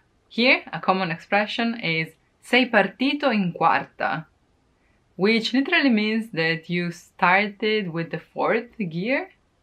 So in English it would be you hit the ground running. So you really went for it, like you are into it. Sei partito in quarta. You started with the fourth gear. Quarta. Because marcia, which is the gear, quarta, marcia, is female. Okay? So even though the first three numbers are different from their cardinal version, uno, primo, due, secondo, tre, terzo, as you saw with quarto, so from quattro, from here on it gets similar, so it's easier to remember. From cinque, in fact, we have quinta or quinto. Mio figlio va in quinta elementare. Mio figlio va in quinta elementare. My son is, I don't know which grade would it be in America or in other countries, but 5th year of elementary school in Italy. Quinta elementare, because it refers to the class, right? Which is female. Otherwise, you would say quinto anno. Hai il sesto senso. From sei, sesto, or sesta. You have a sixth sense. Il sesto senso. Hai il sesto senso. Sorry for choosing both words with S. From sette, settimo, or settima. Domenica è il settimo giorno della settimana. Domenica è il settimo giorno della settimana. Sunday is the 7th day of the week. La domenica. Yay! when you can rest. From otto, we have ottavo or ottava. Agosto è l'ottavo mese dell'anno. August is the 8th month of the year. Agosto è l'ottavo mese dell'anno. While from 9, nono or nona. Nove is the cardinal one, nono is the ordinal one. Abito al nono piano. I live on the 9th floor. Abito al nono piano. And the last irregular one, from 10, decimo. Decimo or decima. And this is really useful because it's also used, for example, when you say 1/10, right? Un decimo. Questa collana dimostra un decimo del suo valore. Questa collana, this necklace, dimostra, shows, looks like, un decimo del suo valore. 1/10 of its value. So it looks cheaper than it is, right? Questa collana dimostra un decimo del suo valore. And from here on, it's easy. I mean, if you know the numbers already. 11, so 11, becomes undicesimo, 11th. Undicesimo. 11 plus esimo. Undicesimo. 12, dodicesimo. 13, tredicesimo. And like this you go on and on. 20, ventesimo. 21, ventunesimo. 22esimo. Trentesimo. Quarantesimo. Cinquantesimo. Sessantesimo. Settantesimo. Ottantesimo. Novantesimo. Really important if you like soccer, because it's the 90th minute. Novantesimo minuto, okay? And centesimo, which is really important because it's 1 cent, basically. That's what you use when you pay. Un centesimo. Due centesimi. And so on until mille, millesimo. Millesimo. Thousandth. Un millesimo di secondo. A millisecond, right? Millesimo. So yeah, now you can use the ordinal numbers. Let's see who's gonna be il primo to comment. The first one to comment. And if you want to practice your Italian, just click in the link in the description and download our PDF lessons. They include essential phrases you'll need in everyday life. Thank you for watching and I'll see you soon. Bye bye. Ciao ciao. Hi everyone, welcome back to Italian Pod 101. My name is Daisy. Mi chiamo Daisy. Mi chiamo Daisy. And in this video we're gonna talk about a really important Italian verb. Fare. To do or to make. Fare. Fare. As I said already, this is a very important verb because we use it to express the idea of making, of doing something, but way more than the actual do, to do verb in English, okay? First of all, let's say that it's an irregular verb and it goes like this. Io faccio, tu fai, lui fa, noi facciamo, voi fate. Be careful here because voi facete is a really common mistake. Voi fate, loro fanno. Io faccio, tu fai, lui fa, noi facciamo, voi fate, loro fanno. That being said, let's look at some expressions together. It is used with weather. So, it is called fa freddo. Impersonal use, so there is no actual subject, just the verb, third person singular, fa freddo. It's cold. It does cold. It makes cold, literally. Fa freddo or fa caldo. It's hot. And even just to ask about weather. Che tempo fa lì? How's the weather over there? So, it's used with weather expressions, but also with meals. I know it's basically unrelated, but we use the verb fare with a lot of things. And meals are, as you know, very important for Italians, so you better know these expressions too. For example, faccio colazione alle 8. I have breakfast at 8. A che ora fai pranzo? What time do you have lunch? A che ora fai pranzo? Domani facciamo cena insieme? Tomorrow, will we have dinner together? Let's have dinner together tomorrow. Facciamo cena. Also related to eating, and the expression fare da mangiare. So to make something to eat. Also known as to cook, cucinare, right? But it's as common as cucinare. Actually, I would say even more. Venerdì sera faccio da mangiare io. Friday night, I'll cook. It's not true. I'm not a good cook. General temporal expressions too are something that we express through the verb fare. For example, faccio tardi. I'm late. I'm calling you. Scusa, stasera faccio tardi. I'm sorry, tonight I'm late. On the contrary, fare in fretta. Faccio più in fretta che posso. I'll be the quickest as I can be. Fare più in fretta possibile. So, make it as quick as possible. Fare in fretta. Fare tardi. To be late. And like this, fare is used in place of many other verbs. Of course, you can use the proper one, but fare is the most common one, so be ready to hear that a lot. For example, you can either say comprare un biglietto, so to buy a ticket, but we also say fare il biglietto, fare un biglietto. So you make it, basically. Fare il biglietto. Ho fatto il biglietto per il treno delle 5.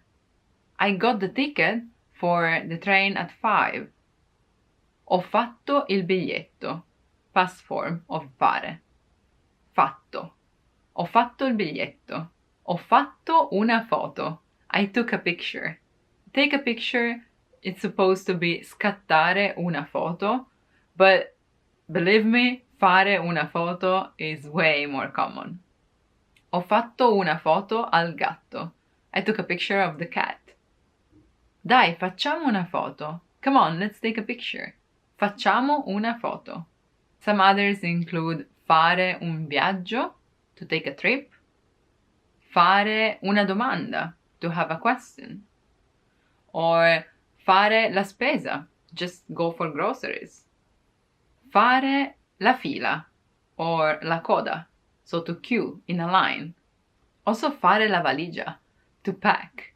Of course, you're not making the luggage itself, you're putting things into, right? I'd say that most of times it's kind of like to have or to take, like to have lunch, fare pranzo, or take a picture, fare una foto, but even more than that. So remember as many as you can and be ready to hear fare a lot. Let me know in the comments a che ora fate colazione di solito. What time do you usually have breakfast? A che ora fate colazione di solito? Grazie mille. Thank you so much for watching. Remember to like and subscribe if you haven't. And if you want to learn more expressions to use in your daily life in Italian, just click the link in the description and download our PDF lessons. I'll see you soon in the next video. Ciao ciao! Bye bye!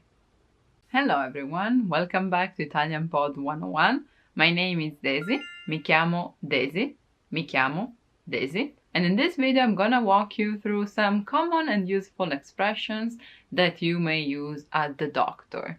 Hopefully you will never need them, but better safe than sorry, right? Dal dottore. First of all, there is the doctor, il dottore, or la dottoressa, if female, dottoressa. Medico can be used for both, so you're safe with that.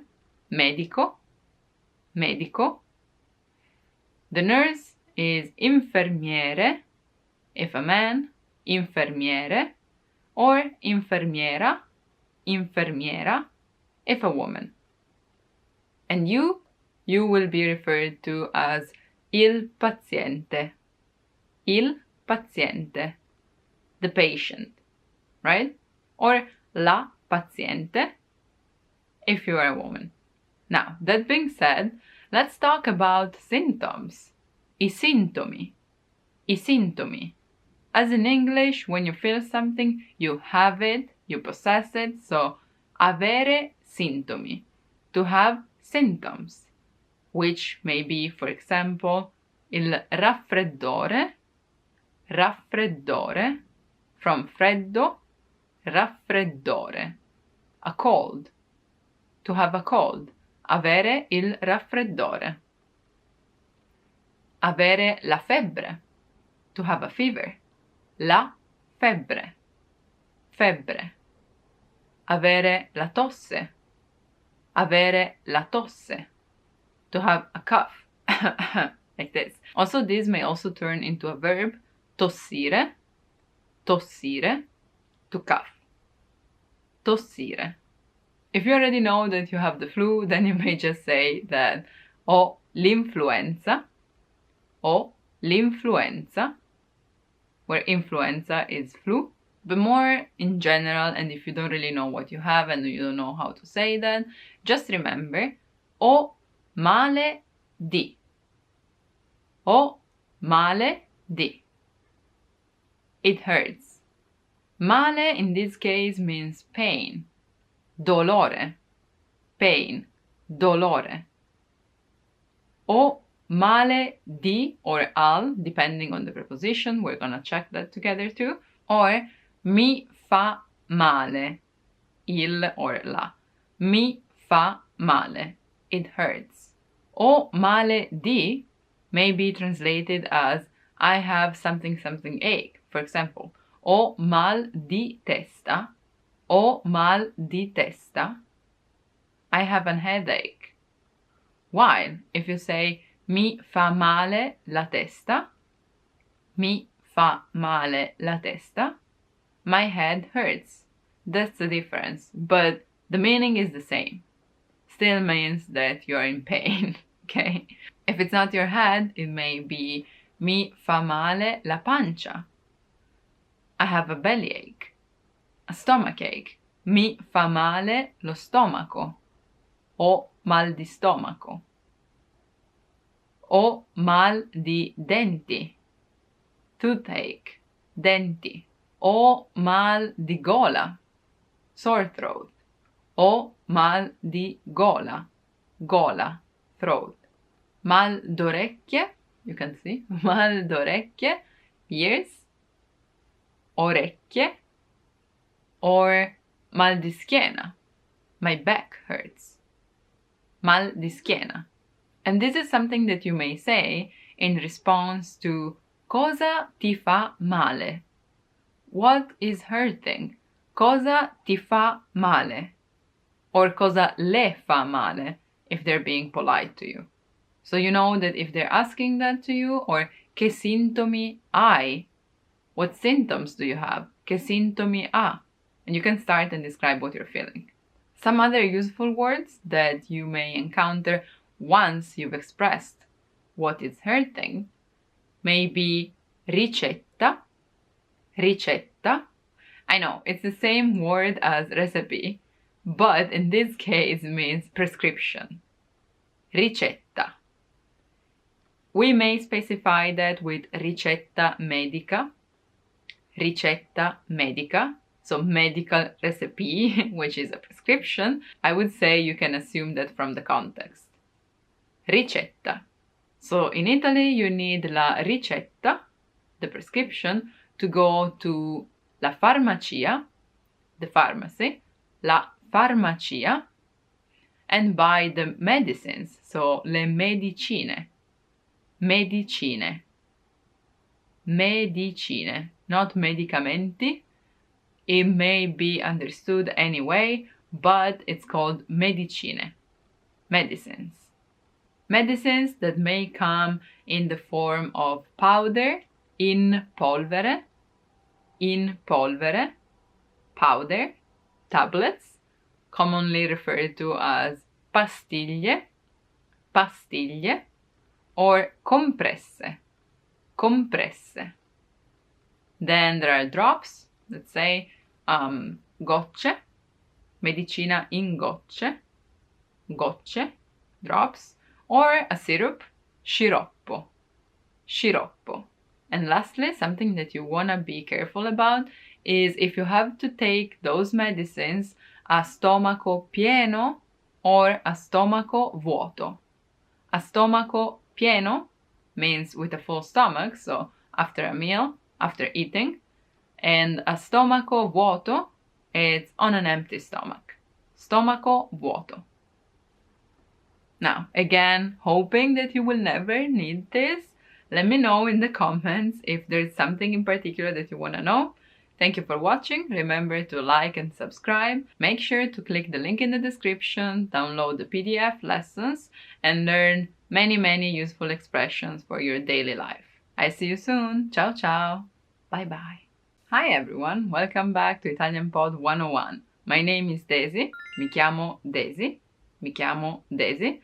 And in this video we're gonna talk about prepositions of movement. Preposizioni di movimento. Preposizioni di movimento. As you may know by now, prepositions in Italian are really tricky because the same word is used for many different cases, right? So instead of focusing on the preposition and studying all the different uses, because if I say, let's assume, vengo da Torino, I come from Turin, and una bottiglia da 2 litri, you see the word is the same, but of course the meaning is different. So let's work the other way around and start from the use. Of course, the condition to talk about prepositions of movement is a verb of movement in the phrase, right? Andare, to go, andare. Venire, to come, venire. Viaggiare, to travel, viaggiare. Partire, partire, to leave, to depart. Correre, to run, correre. Camminare, to walk, camminare. Spostare, to move, literally. Or mettere, to put. So you get the idea, but these are the most common ones. Now, let's assume I want to say, I come from somewhere. Vengo da. Venire da. Io vengo da Torino. I come from Turin. Io vengo dall'Italia. I come from Italy. And this preposition da can also mean to. Stasera vado da Michele. So you see that in this case, vado means to go, not to come. Vengo da Torino, I come from Turin. Vado da Michele, I go to Michele. Even though it's da. That's why I said not to focus on the particle itself, but to start learning from the meaning and from what you want to say. So the particle da means both from and to, depending on the verb it comes with. Okay? Viaggio da Roma a Milano. I'm traveling from Rome to Milan. In treno, if you want to add by train, for example. Da a, from to. Corro da casa mia a casa di Michele. I run from my house to Michele's one. Da a. Now, this a means to, right? Vado a Milano. I go to Milan. So the action of movement to a place is expressed by the particle a. But sometimes we use the particle in, even though it still means that we're moving to that place. For example, vado in Giappone. I go to Japan. Viaggio in Europa. I travel to Europe. Just remember that when you want to express movement to some place, you use a, but when you're talking about countries, continents, big islands, and regions, you use in. Tu vai in Asia. You go to Asia, continent. Vado in Sicilia. I'm going to Sicily, big island. In Emilia-Romagna, regions. Vado in Florida. I'm going to Florida. Lucky you. So, yeah. Of course, in can also be used as a proper in or into. Metti il tavolo in cucina. Put the table in the kitchen. The literal movement of getting into some space, right? Another useful one would be verso. Verso. Il cane corre verso il padrone. The dog runs towards the owner. So in the direction of. Of course, you can say in direzione, casa, but that's too long, so we just say verso casa. Similar to attraverso, which means through. Corro attraverso il parco. I'm running through the park. Of course, there are others and many other examples, but these are the most common ones. So we have da, from, a, to, sometimes in also means to, in, verso, towards, and through, attraverso. I have a question for you. Which is the longest journey you've been through? For example, il mio viaggio più lungo, the longest trip, the longest journey, il tragitto più lungo, è da Milano a Tokyo. From Milan to Tokyo. Let me know about yours in the comments. Remember to like and subscribe. And if you haven't done it yet, sign up for your free lifetime account on ItalianPod101.com and download the PDF lessons that will help you through your daily Italian life. Thank you for watching, and I'll see you soon. Bye bye. Ciao ciao. Want to speak real Italian from your first lesson? Sign up for your free lifetime account at ItalianPod101.com. Hi guys, welcome back to ItalianPod101.com. My name is Daisy, and in this video we're gonna talk about quantifiers. Indicatori di quantità. Indicatori di quantità. Quantifiers. As in English, there is difference between countable and uncountable nouns. So for example, as in how much sugar do you want in your coffee? We say quanto zucchero vuoi nel caffè? Quanto zucchero. Quanto. So quanto is like how much. Just be careful though, because in Italian it changes depending on the noun. So even though the noun is uncountable, it still has a genre. So it could be male or female. Male as in zucchero, so quanto zucchero. If it's female, like pasta, for example, quanta pasta. Quanta pasta mangi in una settimana, in 1 week, for example. If you're Italian, you would say a lot. But we're gonna get there later. Quanto tempo abbiamo? How much time do we have? Quanto tempo abbiamo? Quanto tempo abbiamo? Because it's a question, so you want to change the intonation. Meanwhile, for countable names, we have quanti or quante, because here too it depends on the genre, right? Quanti is actually just the plural of quanto, so it all makes sense, right?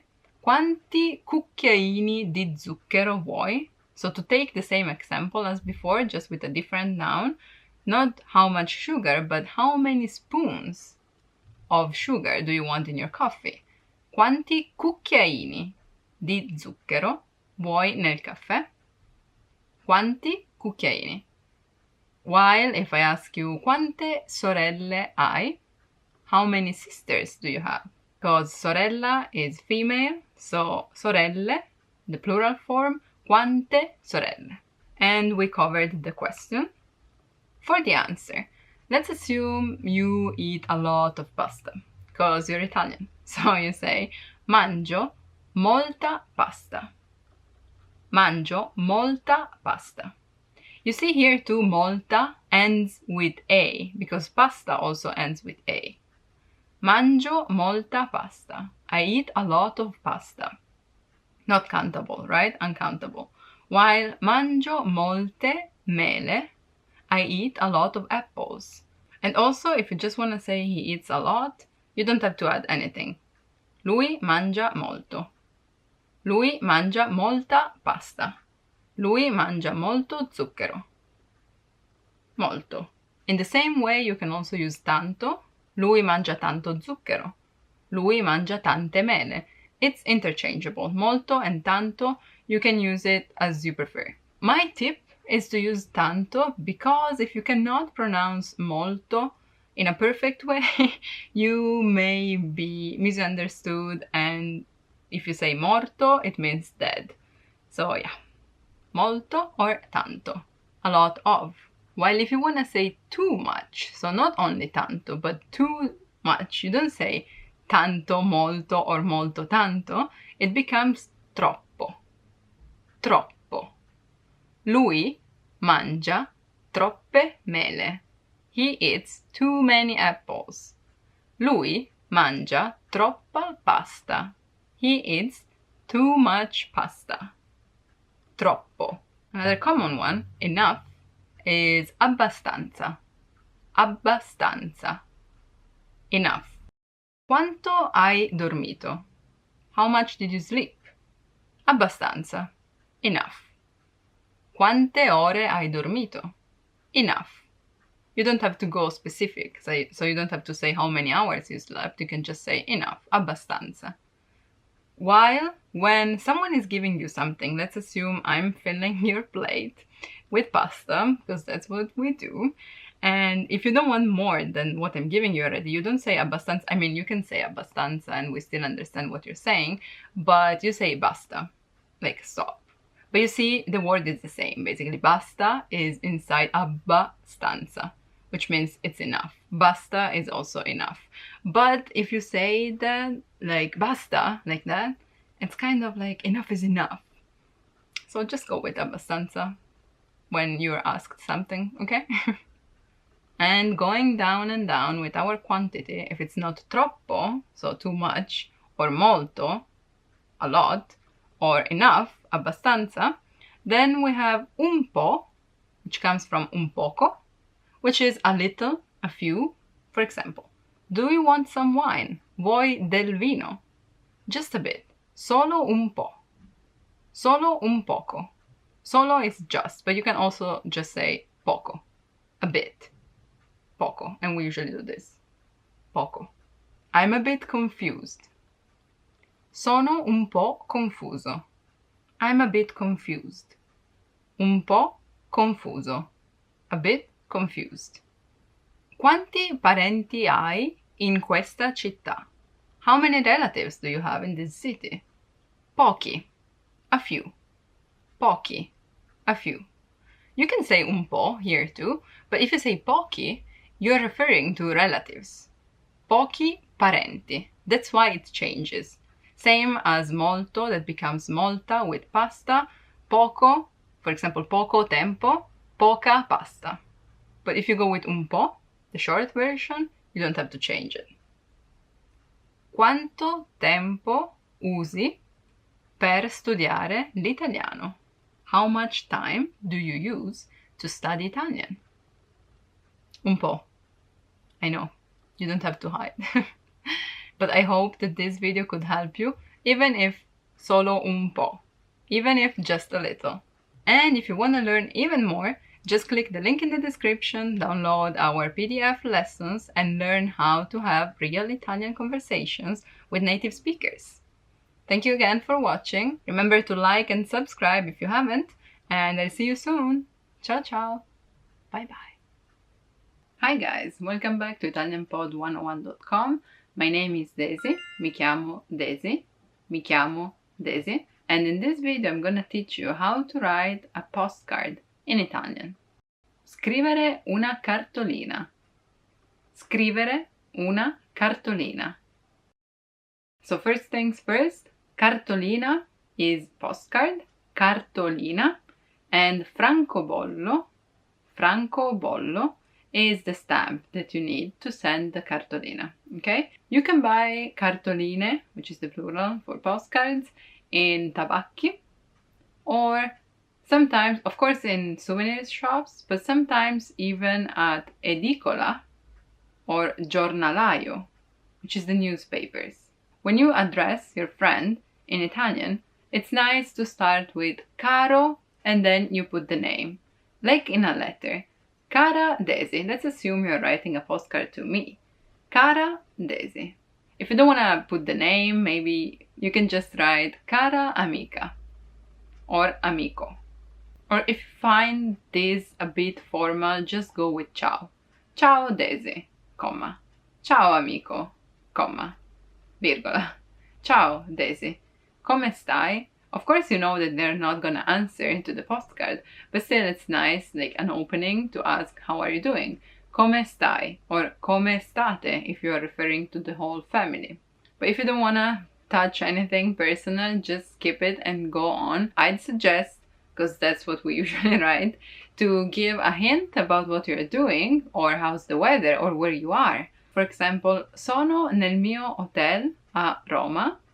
Sono nel mio hotel a Roma. I'm at my hotel in Rome. Non ci posso credere. Non ci posso ancora credere. I still can't believe it. Still, ancora, you can leave it or put it in. Non ci posso credere. I can't believe it that you're finally in Rome, right? Qua fa molto caldo. Talking about the weather is always a safe phrase because it can't go wrong. So just put qua fa molto caldo.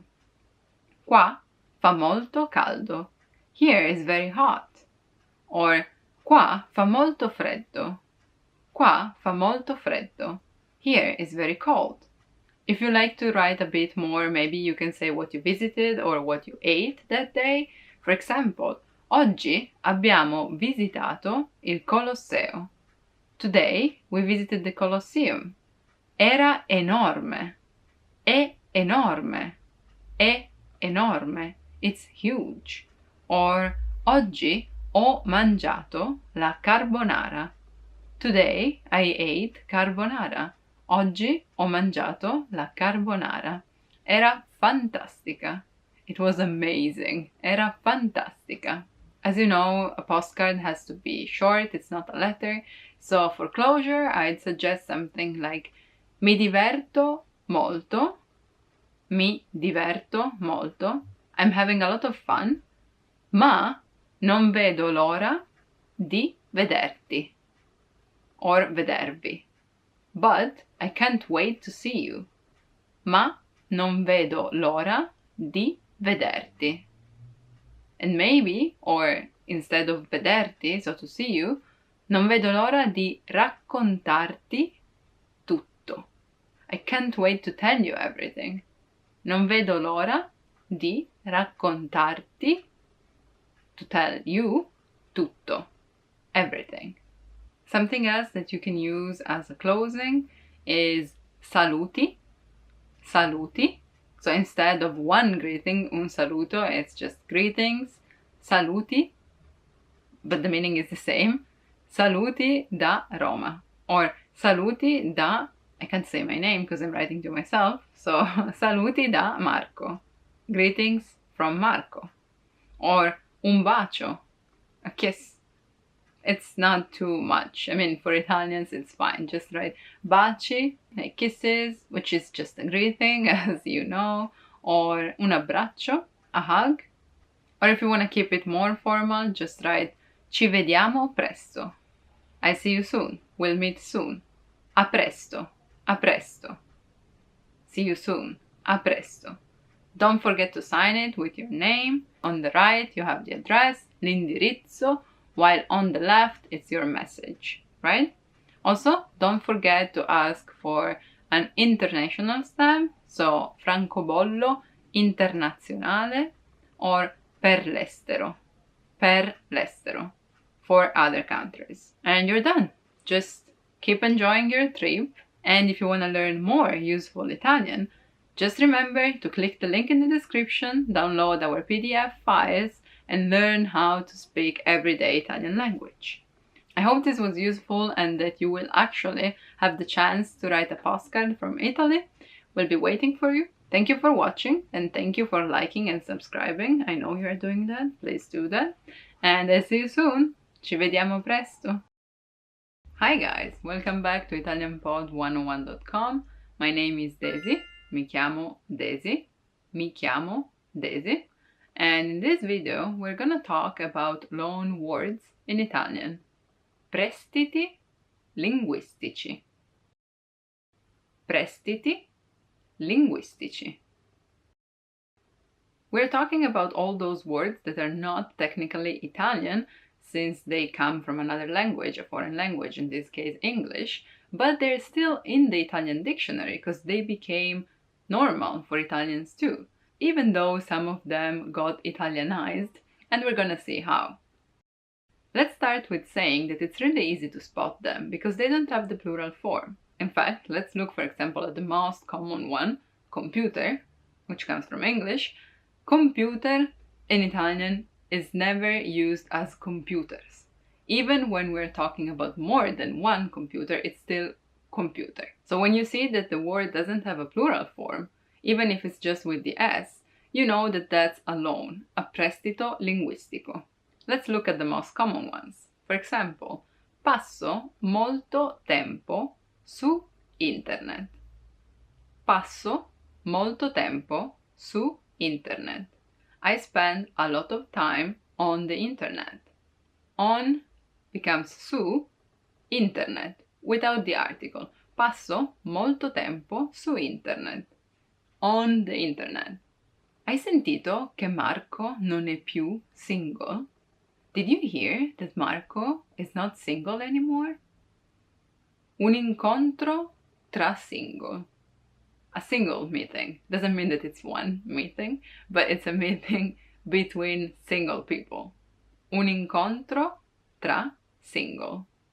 Here you see two, it's not singles, it's just one, because that's the word. Un incontro tra single. Ogni settimana guardo almeno 2 film in italiano. Ogni settimana, every week, guardo, I watch, almeno, at least, 2 movies in Italian. 2 film in italiano. Even though it's 2, it doesn't become films or movies, it's just film in italiano. I would suggest to do that if you're learning Italian, if you have time. Questo weekend andrò al mare. This weekend I'll go to the sea. The seaside, the beach. Andrò al mare questo weekend. Devo trovare una nuova babysitter. Devo trovare una nuova babysitter. I have to find a new babysitter. Devo trovare una nuova, a new babysitter. Babysitter. Uno dei miei hobby preferiti è fare surf. Uno dei miei hobby preferiti è fare surf. One of my favorite hobbies is surf. You see here, hobby stays hobby, and surf goes together with fare surf. Fare surf. To surf. The problem with loan words in Italian is that the pronunciation is Italian. So that's also a reason why sometimes the Italian accent is really strong in English, because we use words that are English as in Italian. So when we actually try to speak English, it's really hard to distinguish, right? Because we're used to the Italian pronunciation. Like the H is always silent in Italian, we tend to do the same with other words too, even though they're not technically Italian. For the very same reason, we adapt the word that comes from another language to Italian, and we transform it into a verb, for example. Not only verbs, but also adjectives and nouns. For example, ieri ho chattato con Lucia. Ieri ho chattato con Lucia. Chattare. chat still says the same, but we use that as an Italian verb, so it becomes chattare, and io ho chattato is the past tense, right? Ieri ho chattato con Lucia. Io chatto con Lucia. Present tense. I chat with Lucia, but that doesn't mean that I'm talking to her. It just really means the act of chatting through an app or the internet. Another really common expression would be riesci a zoomare sulla cima della montagna? Zoomare. Zoomare. So from zoom to zoom in, we converted it into an Italian verb. Can you zoom on the top of the mountain? Puoi zoomare, riesci a zoomare sulla cima della montagna? Zoomare. And this goes for verbs, but as I was saying, it's not only about them, it's also about nouns. For example, spero di ottenere la sponsorizzazione di quel progetto. I hope to obtain, spero di ottenere, la sponsorizzazione, the sponsorship, for that project, per quel progetto. From sponsor, we don't use only sponsor and we don't use sponsorship, but we change it to an Italian one, sponsorizzazione. At least it's really easy to understand, but it may be tricky because sometimes we make up new words. And that's how then they enter. They have a space in the Italian dictionary. It's really interesting. Ho letto la notizia. I read the news. Ho letto la notizia. Here too you could say ho letto la news. Sull'hackeraggio alla banca. Sull'hackeraggio alla banca. On the hacking at the bank. Hackeraggio.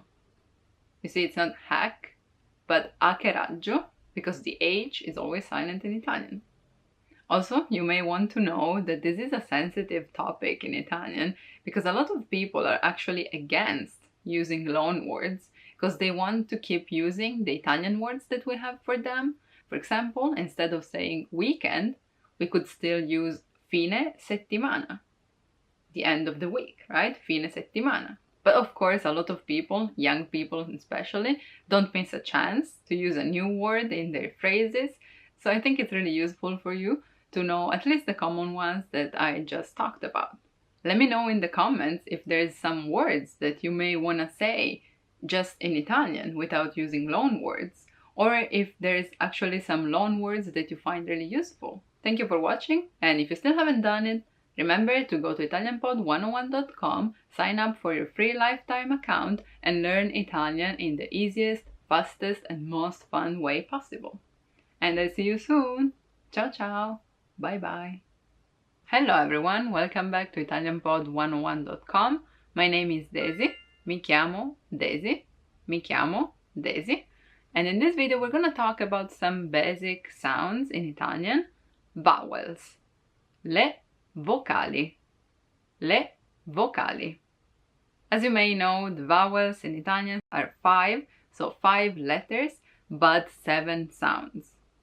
Maybe tricky, but that's what we're gonna learn together. Even though when we learn them, it's common to group them as A, E, I, O, U. I know I said that super fast. A, E, I, O, U. But since E and O have 2 different sounds, in this case una vocale aperta or vocale chiusa, we talk about 7 sounds. And in order to learn them, we are gonna use a different order, okay? So to make the sound I, you wanna think that you're smiling. So the corners of your mouth are looking up, right? But what you need to pay attention to is the position of la lingua, so the tongue. Inside your mouth, you want the tongue to be touching the palate, there, at the back. I, not closing the tongue with your teeth, like I, of course, you see, there's no air going out, right? So, I, isola, Now I'm stressing the I. Isola, isola. You want to smile, right? Isola. India, India. Now, to pronounce the E chiusa, so the closed one, you want to keep the same position that you have when you pronounce I, and just make sure that the sides of your tongue don't touch the rest of the mouth anymore, and that the end goes a bit down, but you just want the tongue to move, not the whole mouth, right? So from I, it goes to E. So you see, the mouth is still closed. I, E. I'm just moving a bit the tongue from I, E. It can't be a long sound, right? It doesn't have to be long, because otherwise it's easier for it to become an open sound, right? Of course, when you talk, you don't think that much about the position of la lingua, right? Try not to move the mouth. Just make some space for the air to go to the sides too, okay? While for E aperta, we have an accent that is called grave, and in this case, in my opinion, it's easier because you just open your mouth, the tongue is relaxed, la lingua è rilassata, relaxed. So it's not from lui, we said we just move the lingua, but it goes down, right? E. You want to make more space for air to go out, so you also have to move the tongue down so that you have more space. Let's pretend that this is how much you can open your mouth, right? So for the one that is called chiusa, you want to keep your mouth shut as much as you can. E. If you want to try with the same word but two different sounds, then use the word pesca, okay? Pesca, as I just said, when it's open, pesca. So I don't think too much about keeping my mouth closed, I just say pesca. That's the peach, il frutto, fruits, right? Pesca. While if you want to try and keep your mouth as close as possible, pesca. Not pesca, but pesca. You can think of it as a shorter version if it helps you, and in that case is to fish. So from the open I, la E aperta, it's easy to talk about a. So from E, you open your mouth even more, and then you just let the air out, right? A. Albero. Amico. Automobile. Albero is tree, amico is friend, and automobile is car. From A, you just close your lips, not the whole mouth, but just the lips. And the tongue is a bit at the back. While A, you can even say A somehow with O. Since the lips close a bit, there's no space for la lingua, right? There's no space to stick your tongue out, right? So it's just O. Orologio. Clock. For this sound, you have to put your lips a bit closer. So not O, but like this, like you want to whistle, kind of. I'm not able to, but anyway. And while before the tongue was at the back, we said like O, it doesn't touch anything inside the mouth, right? For the second one, you want to press it against the rest of the mouth, like you can almost not let any air go out, like There's less space for air to go out. Like with the E that we practiced before, right? E, but the position of the lips are different. And again, here too, if you want to practice with the same word, there is one, and it's botte. Now, as I said it right now, like botte, with an open sound, botte, like there's a lot of space in between my lingua, the tongue, and the rest of the mouth, botte. It's like I'm beating you up, basically, because it's when I kick you or punch you. Here too, you can try like with not giving yourself too much space to open your mouth, botte. In this case, it's the barrel, where you keep your whiskey or wine. But don't worry too much, because actually when the word is inside a phrase, so in the middle of the sentence, it's not like we need to make such a difference by sound, because it's pretty obvious depending on the context. Something else that can help you with this o chiusa, with this sound, is thinking about the letter U. U. As before with I and E, where the position is almost the same, with U and O, like Umberto, which is a name for a male, uomo, uomo, uomo, man. If you really want to practice and also learn a word, my favorite one, especially when I was a kid, is aiuola, which is the singular form for flower bed, and it has almost all vowels inside, right? But if you make it plural, aiuole, a, I, u, o, le, aiuole, then you can practice all the vowels all together. Aiuole, aiuole.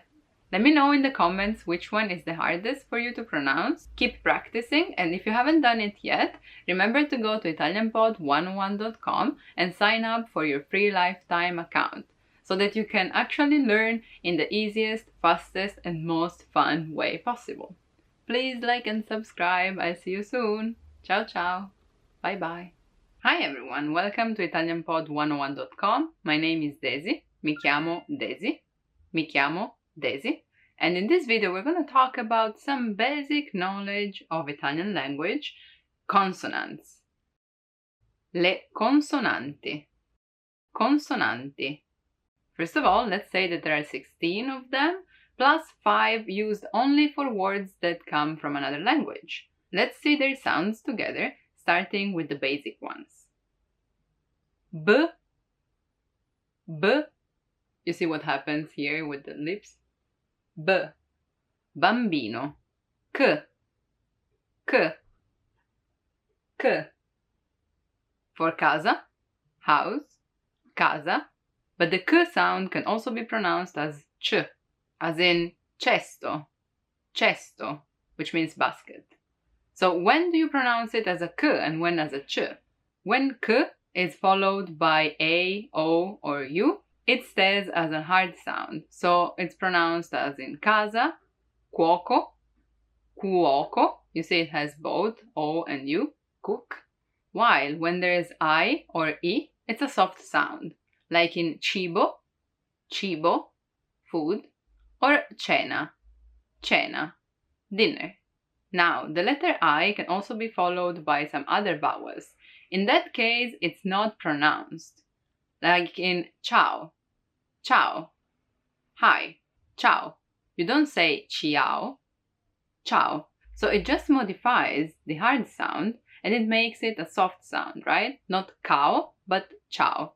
So you know that it's soft, like in cielo, cielo, sky. It's not cielo, but just cielo. D, d, d, as in Desiree, my name, Desiree.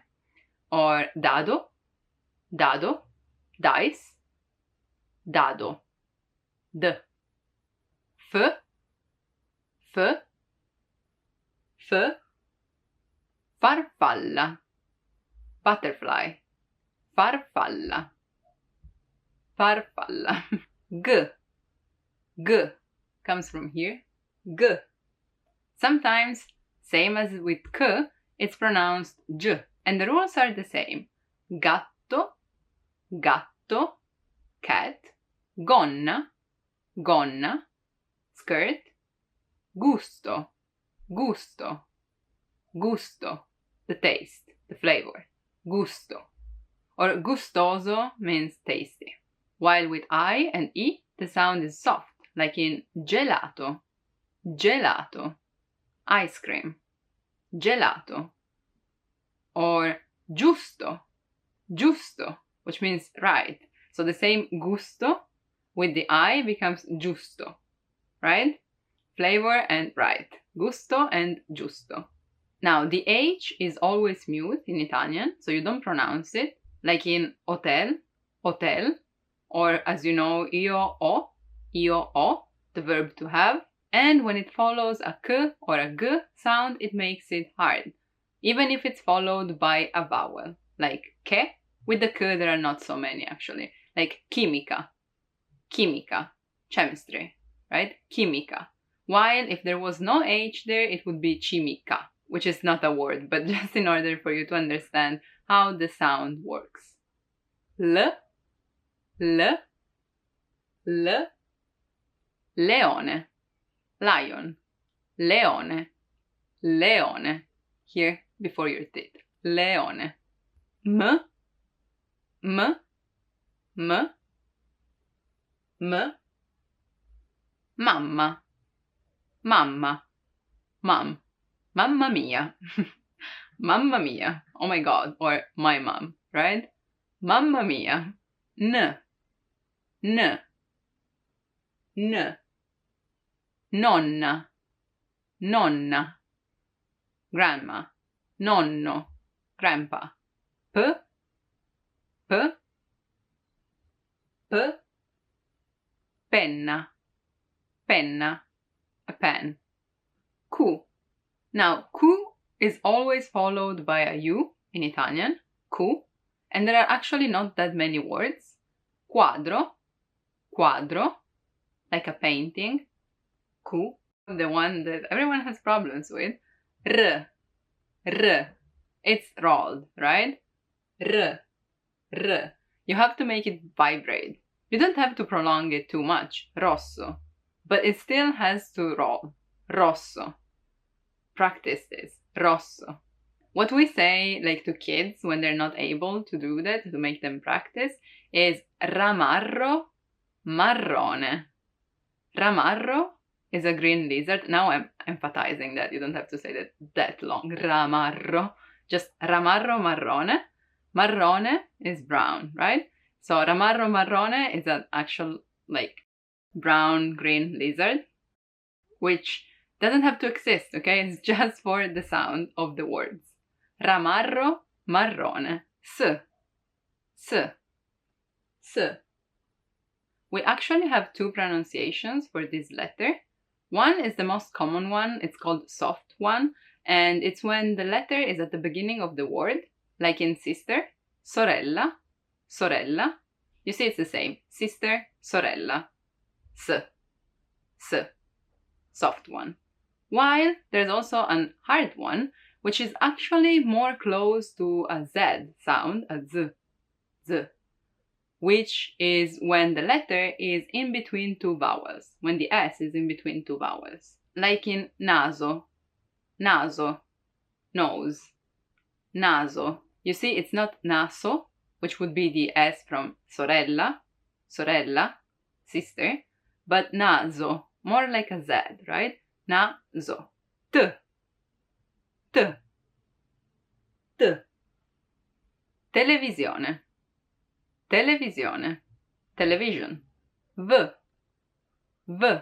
V. Vaso. Vaso. Vase. Then we have Z. Z. Z. Z. Which is kind of like S, right? But Z, stronger. In fact, the problem with Z is that, as I just told you, S has two different pronunciations, right? And one is really close to Z.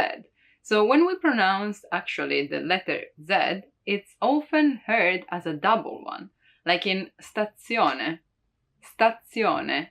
It really seems like there are two Z, right? Stazione. But the truth is, spelling-wise, it's just one. Also because there are not many with double Z, just maybe zazzera. But you see, in the pronunciation, you can't really understand the difference. Zazzera is when you have like messy hair, but it's really peculiar anyway. So yeah. The last thing is that, as I mentioned in the beginning, there are 5 consonants that are used for words that come from foreign languages, right? Those are pronounced like in the foreign language that they come from. So we have J, J, for, let's say, judo, judo, because that's how it's pronounced in Japanese, right? That's where the word comes from, judo. Kappa or k, kappa, is just like a k, right? But stronger. Kit, kappa, v doppia, because v is just v, right? So v doppia, w, like in wow. So wow comes from English, so it's pronounced as in English, wow. While for Waffe, for example, since it comes from German and that's how they pronounce it, it stays as Waffe. Makes sense, right? Then we have x, xylofono, xylofono, like ex ragazzo, ex-boyfriend, ex ragazzo. And finally, y, which is the only one that may be harder to say, ypsilon, ypsilon, ypsilon. But it's not pronounced as ypsilon in a word, it's just like yogurt, yogurt, yogurt, yogurt. I hope this video was helpful and that you can practice your Italian pronunciation. Remember, ramarro, marrone. Thank you for watching. Remember to like and subscribe. I'll see you soon. Ciao ciao. Bye bye. Want to speak real Italian from your first lesson? Sign up for your free lifetime account at ItalianPod101.com. Hi guys, welcome back to ItalianPod101.com. My name is Daisy. Mi chiamo Daisy. Mi chiamo Daisy. And in this video we're gonna talk about comparative and superlative. Comparativo e superlativo. Comparativo e superlativo. As the name suggests, of course, we need two terms of comparison, right? The question is, what do we put in between? So, in Italian, to compare, we call it 3 degrees of comparison, 3 gradi. There is the comparative of majority, il comparativo di maggioranza. So, when in English you say, this is more interesting than that, right? In Italian, this is expressed through the pattern, first term of comparison, verb, più stays for more, quality, or what we're talking about, di, or che, second term of comparison. So, for example, it's easier said than thought about. Luca è più alto di Marco. Luca, first term of comparison, è, verb, più, more, alto. It's not like in English where you have to think if it's shorter then you add er, otherwise more, blah blah. No, in Italian it stays the same.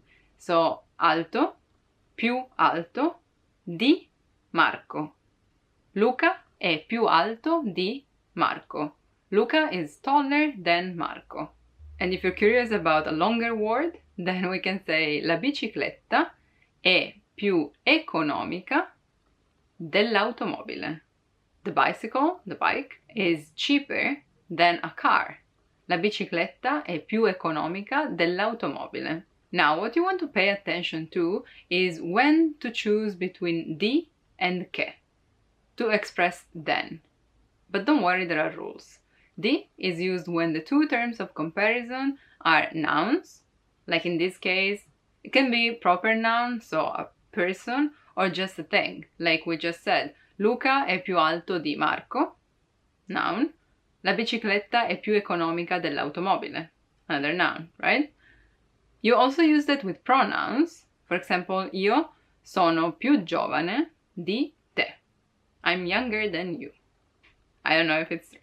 Anyway, di te, di lui, di lei works the same. Meanwhile, che is used when you're comparing two verbs. For example, giocare è più divertente che studiare. Playing is funnier, more exciting than studying. Giocare è più divertente che studiare. Che is also used in between adjectives. For example, Maria è più bella che intelligente. I'm sorry to any Maria out there. I just thought of a random example. Maria is more beautiful than intelligent. Quelle scarpe, those shoes, sono più belle che comode. Those shoes are more beautiful than comfortable, actually. Più belle che. Che is also used with prepositions. For example, in Piemonte fa più freddo che in Sicilia. Piemonte is a region in northern Italy. So in Piemonte fa più freddo. In Piemonte is colder than in Sicily. Che in Sicilia. There are also cases when you can use both. For example, with adverbs, like oggi fa più freddo di ieri. You can also say oggi fa più freddo che ieri. It actually depends, like, on regions or where you're from. We understand it the same, and you don't have to think too much about that. You can just go with the flow. The same goes with the comparativo di minoranza, so minority. The only thing that changes is that instead of più, so more, you use meno, less. Luca è meno alto di Marco. Luca is shorter than Marco, and so on. While for comparativo di uguaglianza, so when the degree is the same, equality, you use the pattern tanto quanto, or così come, always in between the two terms of comparison. For example, Luca è tanto bello quanto intelligente. Luca is so beautiful as much as clever, intelligent. Tanto quanto, as much as. Quel palazzo è tanto alto quanto casa mia. Sometimes we don't put tanto.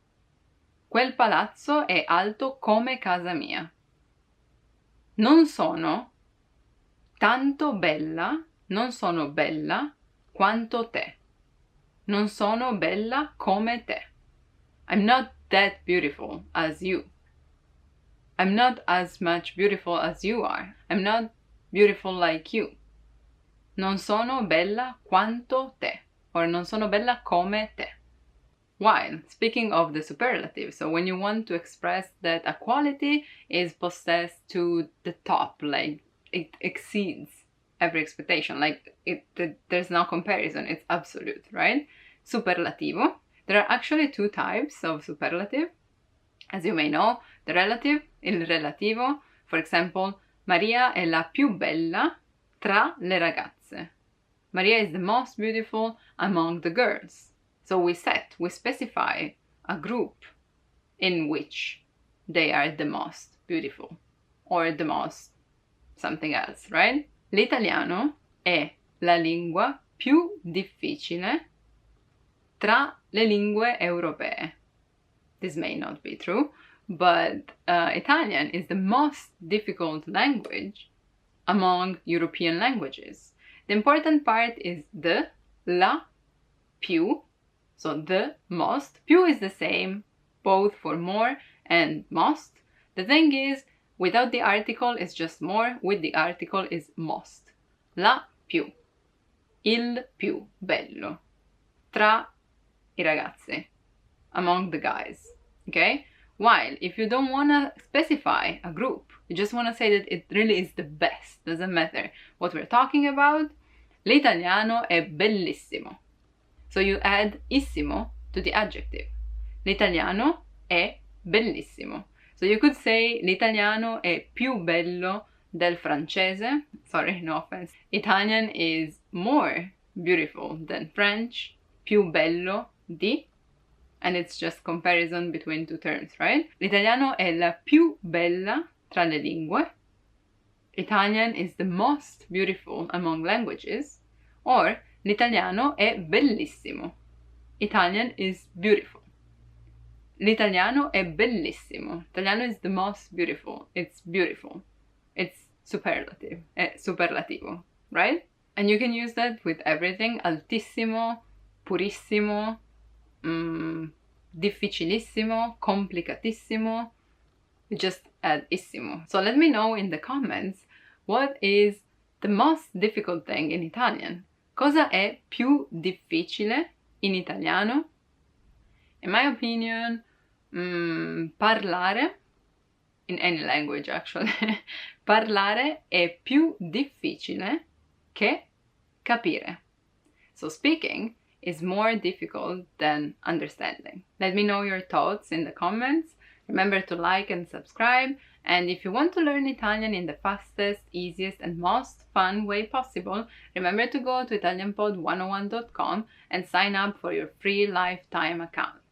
There you can find more lessons as well. And that's all for this video, but I'll see you soon. Thanks for watching. Ciao ciao. Bye bye. Hi everyone, welcome back to italianpod101.com. My name is Daisy. Mi chiamo Daisy. Mi chiamo Daisy. And in this video we're gonna talk about something that Italians use really often. Filler words. Parole riempitive. Or we could say riempitivi. Riempitivi. Riempire means to fill, right? So riempitivi, filler, fillings. As in English, those are words that we use when we don't know what to say exactly or when we want to take some time, right? So to waste some time while we can actually think about what we want to convey.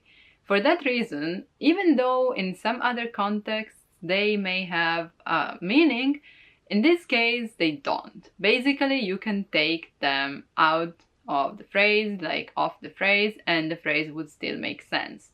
Actually, probably sometimes even more than when we have those, right? And in Italian we have so many, because basically anything can become a filler word, but we're gonna check together some of the most common. The one that everyone uses and they don't even know that they actually use that as a filler word, me included, I just love it, is allora. Allora. Allora. Sì, allora means then, so, well. The thing is, when I put that in a phrase, when there is a timeline and they say, I said this, and then, allora, he said that. But when I start the phrase with allora, it just means I'm just taking time and trying to tell myself that I have to start. And you can't see that because sometimes I just cut it out, but I basically start everything with allora. So yeah. Allora. And you can notice that this is a filler word, especially when someone is answering a question. I remember in school, it's the most common one, like, dimmi la risposta per la domanda numero 3. Dimmi, tell me, la risposta, the answer, per la domanda, for the question, numero 3, number 3. And I would usually start like, allora, sì, allora. And it just takes some time, right? Either like you want to open the page, either you did that for real, either you have no clue about the answer. Allora works just fine. So allora is the best filler word to begin a phrase. Of course, then we have all these e. In Italian, I think you would hear e the most. Something else that is not really a word, but more of a sound, are things like beh, boh, ma. These three are actually really common. They convey doubt. Volevo uscire, I wanted to go out. Boh, andare al parco. Ma, al mare. Bah, going to the park, or yeah, to the sea. It's just like, yeah, whatever. Something else that actually has the same meaning is che ne so. What do I know? Literally. Again, same phrase. Voglio uscire, che ne so, andare al parco. I want to go out, but what do I know? Maybe the park. Che ne so, fare questo. I don't know. What do I know? Maybe doing this. Che ne so. Or I'm telling you an example, a story, and I say, let's say, for example, che ne so. Diciamo, per esempio, che ne so. What do I know? It's just a way to take more time. What do you know instead is just sai. You know. Voglio comprare dei vestiti. Sai, per il matrimonio di mio cugino. I want to buy some clothes. You know, for my cousin's wedding. Actually, you don't know. I'm just saying, you know, sai. Just like, you know, sai. Doesn't mean that you really know. I mean, you can know as well, but I just say, sai, you know, taking some time. Another one really used is praticamente, basically. Praticamente. Per fare questo, to do this, in order to do this, praticamente, basically, truth is, I notice I use that especially when I'm trying to explain something. When you do this, when you have to do this, praticamente, basically, also it's long, so you can take a lot of time with that. Praticamente, basically, and then you give instructions, so you can think about those. I mean, you can use that anytime, not only with instructions. Stavo andando al supermercato e praticamente I was going to the supermarket and basically this guy comes up to me, questo ragazzo mi dice, like that. Or stavo camminando, I was walking, praticamente sul marciapiede, basically on the sidewalk. I mean, where else? But I just say praticamente to take more time or more pathos and emphasis, right? So a filler word, praticamente. For the last one, which are actually two, I kept my favorites and I know that I abuse them. And especially young people are accused of using them too much because they use this instead of basically anything else. And the words that I'm talking about are tipo and cioè. Tipo, like. It's just so useful. And it's like in English when, you know, like you're talking and like you don't really know what to say, like that, right? And you just say tipo for anything. The problem is that people that abuse this word, like me, put that even when you don't need it. And when you actually know what to say, it's just because it's like so usual, like you're so used to say that it's everywhere. Voglio comprare tipo una giacca. I want to buy like a jacket. Tipo lunga, like long, ma tipo anche larga, but like also loose. Cioè tipo, cioè means I mean like, and in this phrase only, I said voglio comprare tipo una giacca, tipo lunga, però tipo larga, cioè tipo, and it's like the fourth time. And if I could avoid to use them, I could just say voglio comprare una giacca, lunga, ma anche larga, cioè, I mean, blah blah blah, right? But tipo is just something that you use anytime. And yeah, it's really a filler word because it doesn't convey anything. Actually, it just shows that you don't really know what you're saying if you abuse that.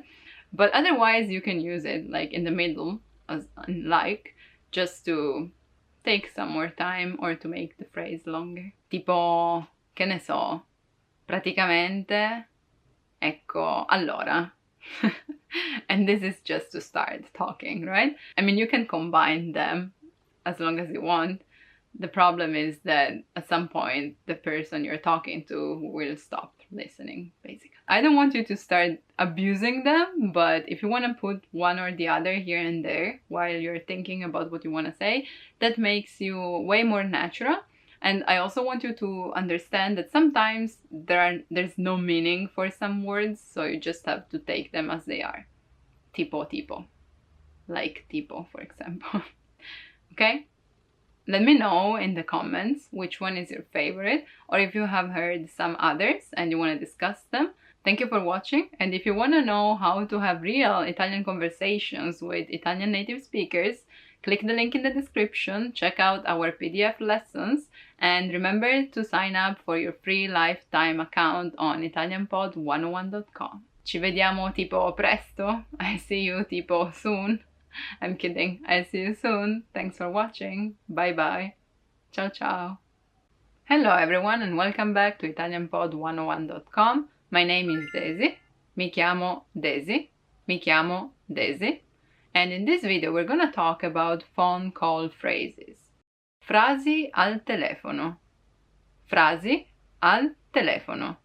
Telefono is phone, and when you call someone, you can use the verb chiamare, chiamare, so literally to call, but that works on the phone as well, chiamare, or telefonare, to telephone, telefonare.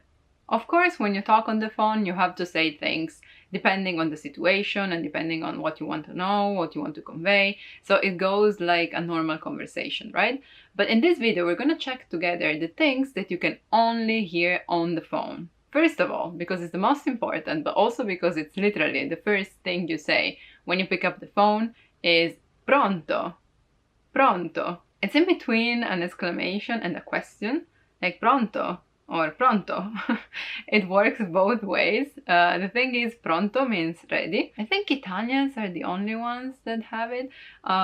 You basically say I'm ready. And if you think about it, it's really funny because it comes from the past when there was a switchboard, a contact center, you know, because it had to put you two in contact, right? So when you called them, they called the person that you wanted to call and they asked them if they were ready. So the moment they said, the other part said, I'm ready, they switched the line to you, right? So that's basically the first thing that you hear. The other person being like, pronto, pronto, yes, I'm ready, ready. And so that's said like that. I think like most of people don't even know that that's the reason, but I searched because I was really curious. Like, it's a really fun thing to say, right? Ready, ready, yes, of course you're ready, you're picking up the phone already. But yeah, so pronto, and then the other person would say who they are, or like ciao, sono Marco, and then you actually say hi. Ah, ciao, come stai? So pronto is really the first thing. And if you're not sure that the other person can hear you, you can repeat that even if you're the one who called. So you're calling me, I say pronto. You say pronto, pronto, like you can't really hear well, right? Another thing that you can say to make sure that the connection is stable is mi senti,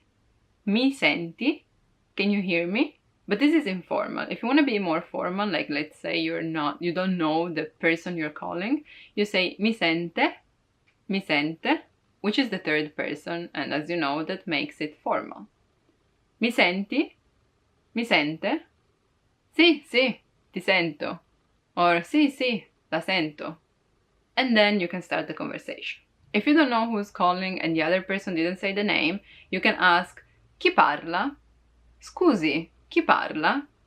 Sorry, who's speaking? Chi, who, parla, talks. Who is speaking? Chi parla? Or, con chi sto parlando? Who am I speaking to? Who am I talking with? Scusi, con chi parlo? You can always add scusi to make it more formal anytime. Scusi, mi sente? Scusi, chi parla? But I'm not gonna repeat that every time because it's a bit redundant. But you know that you can use that if you want to be extra polite, okay? Let's assume that I ask, who am I talking to? And the other guy says, ah, it's me, Marco. And I'm like, don't know you. Or you are the one who calls and ends up finding out that that's not the person you were searching for. Then you can say, ho sbagliato numero. Ho sbagliato numero. Scusi, ho sbagliato numero. Mi dispiace, ho sbagliato numero. Sorry, I got the wrong number. Excuse me, my mistake. Ho sbagliato numero. It's the wrong number. If you want to suggest that the other person got the wrong number, you can say, forse, maybe, ha sbagliato numero. Lei, or tu. Hai sbagliato numero. Anyway, numero sbagliato means wrong number. It's something that can save you, so keep that in mind. Let's assume you got the right number, but the wrong person. So you're talking to me, but you wanted to talk to Maria. C'è Maria? Is Maria there? Can I talk to Maria? Posso parlare a Maria? Posso parlare con Maria? And then I'll just be polite and say, un attimo per favore. One moment, please. Resti in linea. Resta in linea. Stay on the line. Wait a second. Just wait. And then probably I'll put you on hold and go look for Maria, right? Linea is the line that you're on. So if the line gets disconnected and you have to call back, then you can say, è caduta la linea. Cadere means to fall, right? And we use that with the line. So basically the line dropped. The line fell. È caduta la linea. There was no connection anymore. I got cut off. Or somewhere where reception is not good, I can just say non c'è linea. There's no line technically. Non c'è linea. Posso richiamarti? Later, dopo. Can I call you back? Posso richiamarti? Can I call you back? Richiamare. Chiamare, to call. Call back. Richiamare.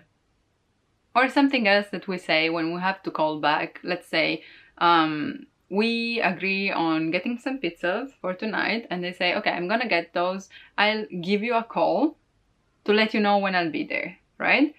Ti faccio uno squillo. I'll ring you. I'll give you a call. Sometimes that means that you don't really have to pick up. It's just to let you know that I'm calling you, like, just to make the phone ring so you know that it's me, if we had a prior agreement on that. Otherwise, it also means that I'm gonna call you, but for a really brief call. I'm just gonna let you know this that we just talked about. Ti faccio uno squillo. For example, ti faccio uno squillo quando esco di casa.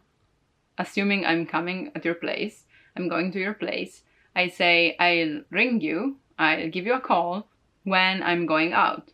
So you know about the time that I'll take to get there, right? So yeah, this is basically what we say at the end of the call, and that's only something that we say at the end. I mean, you can say that at the beginning too, but it's more common at the end to thank you for the call. Grazie per la chiamata. Thank you for calling me. Grazie per la chiamata. The call. Thank you for the call. And yeah, for the rest, it depends on the conversation that you have to have. But something else, the last thing that I want you to remember is the word segreteria telefonica. Segreteria telefonica. So literally, telefonica is something that has to do with the telephone, right? And segreteria is the reception. So in this case, segreteria telefonica altogether means voicemail, answering machine. Ciao Marco, sono Daisy. Ho provato a chiamarti per sapere come stai. Chiamami quando hai tempo. Ciao.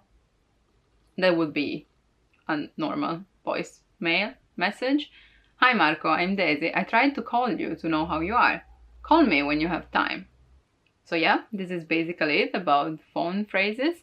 Let me know what you would leave in my voicemail, and if there was something in particular that you liked. I really liked the pronto thing.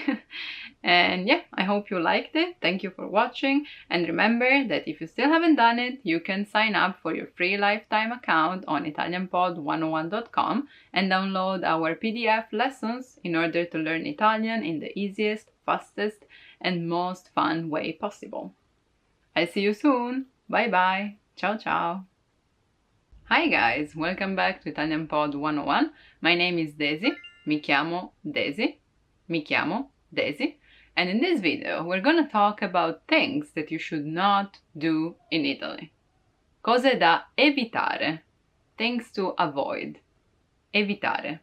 I've thought about this for a while and I realized that everything has to do with food. And of course, I'm excluding things that are not permitted by law, so I'm just talking about manners or anyway things that would make people go like this when you do that. Okay? So if you want to be socially accepted, try to avoid the followings. First of all, let's not order a cappuccino after a meal. Ordinare un cappuccino dopo un pasto. Order a cappuccino after a meal. Pasto is meal. It's a big no-no, okay? You can have coffee. And at most you can have it macchiato, so with a bit of milk inside, but not a cappuccino. That's something that you just order for breakfast or a second breakfast, so let's say till 12-ish.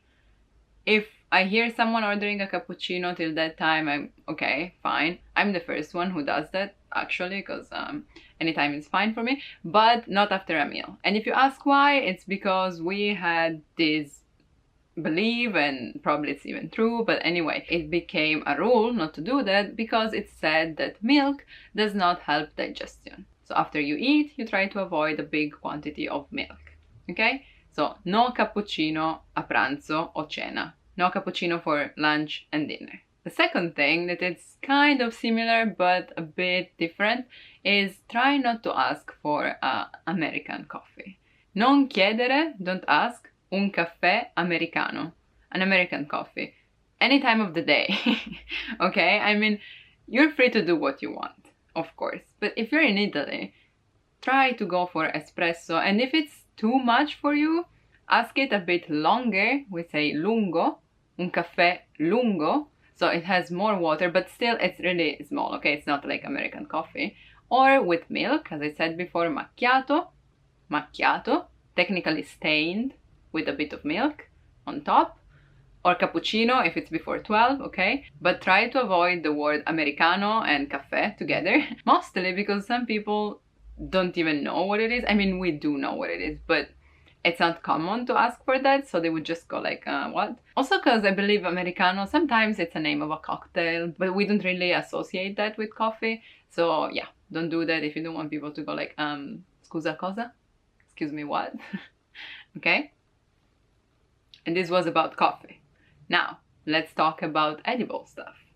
What is the most common pasta that you know?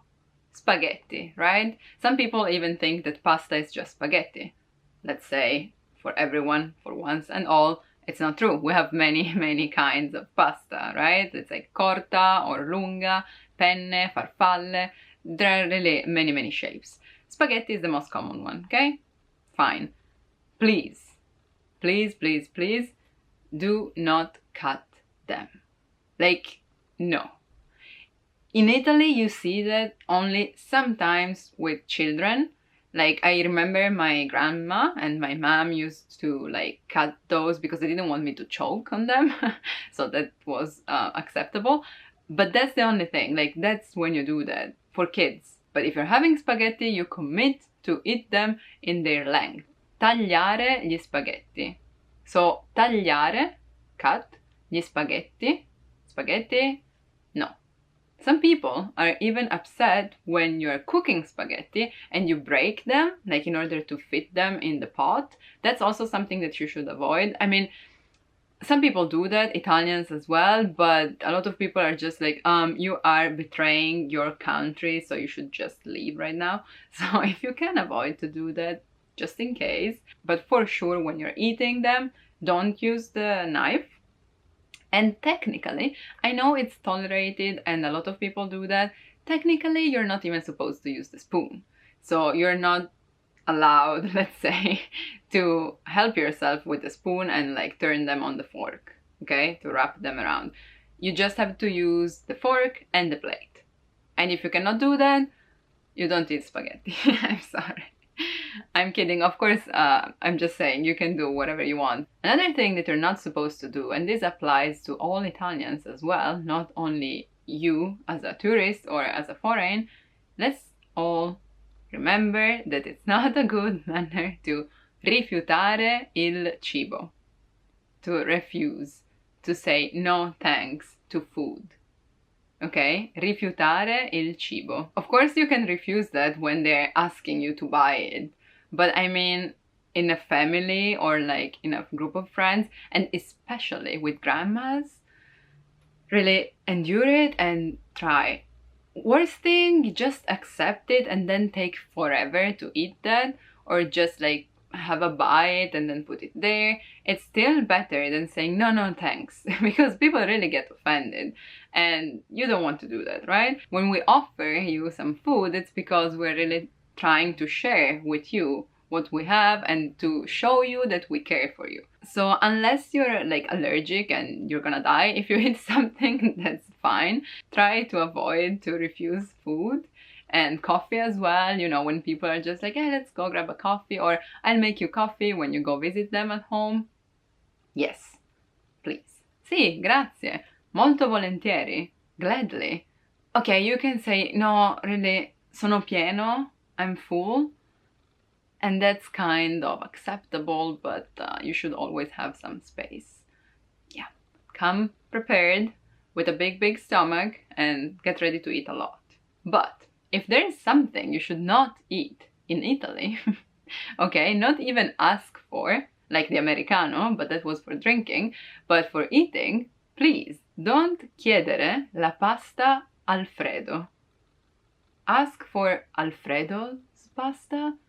We have no idea what that is or who even Alfredo is. I know it's a thing in the world, but the first time people asked me, I was just like, who?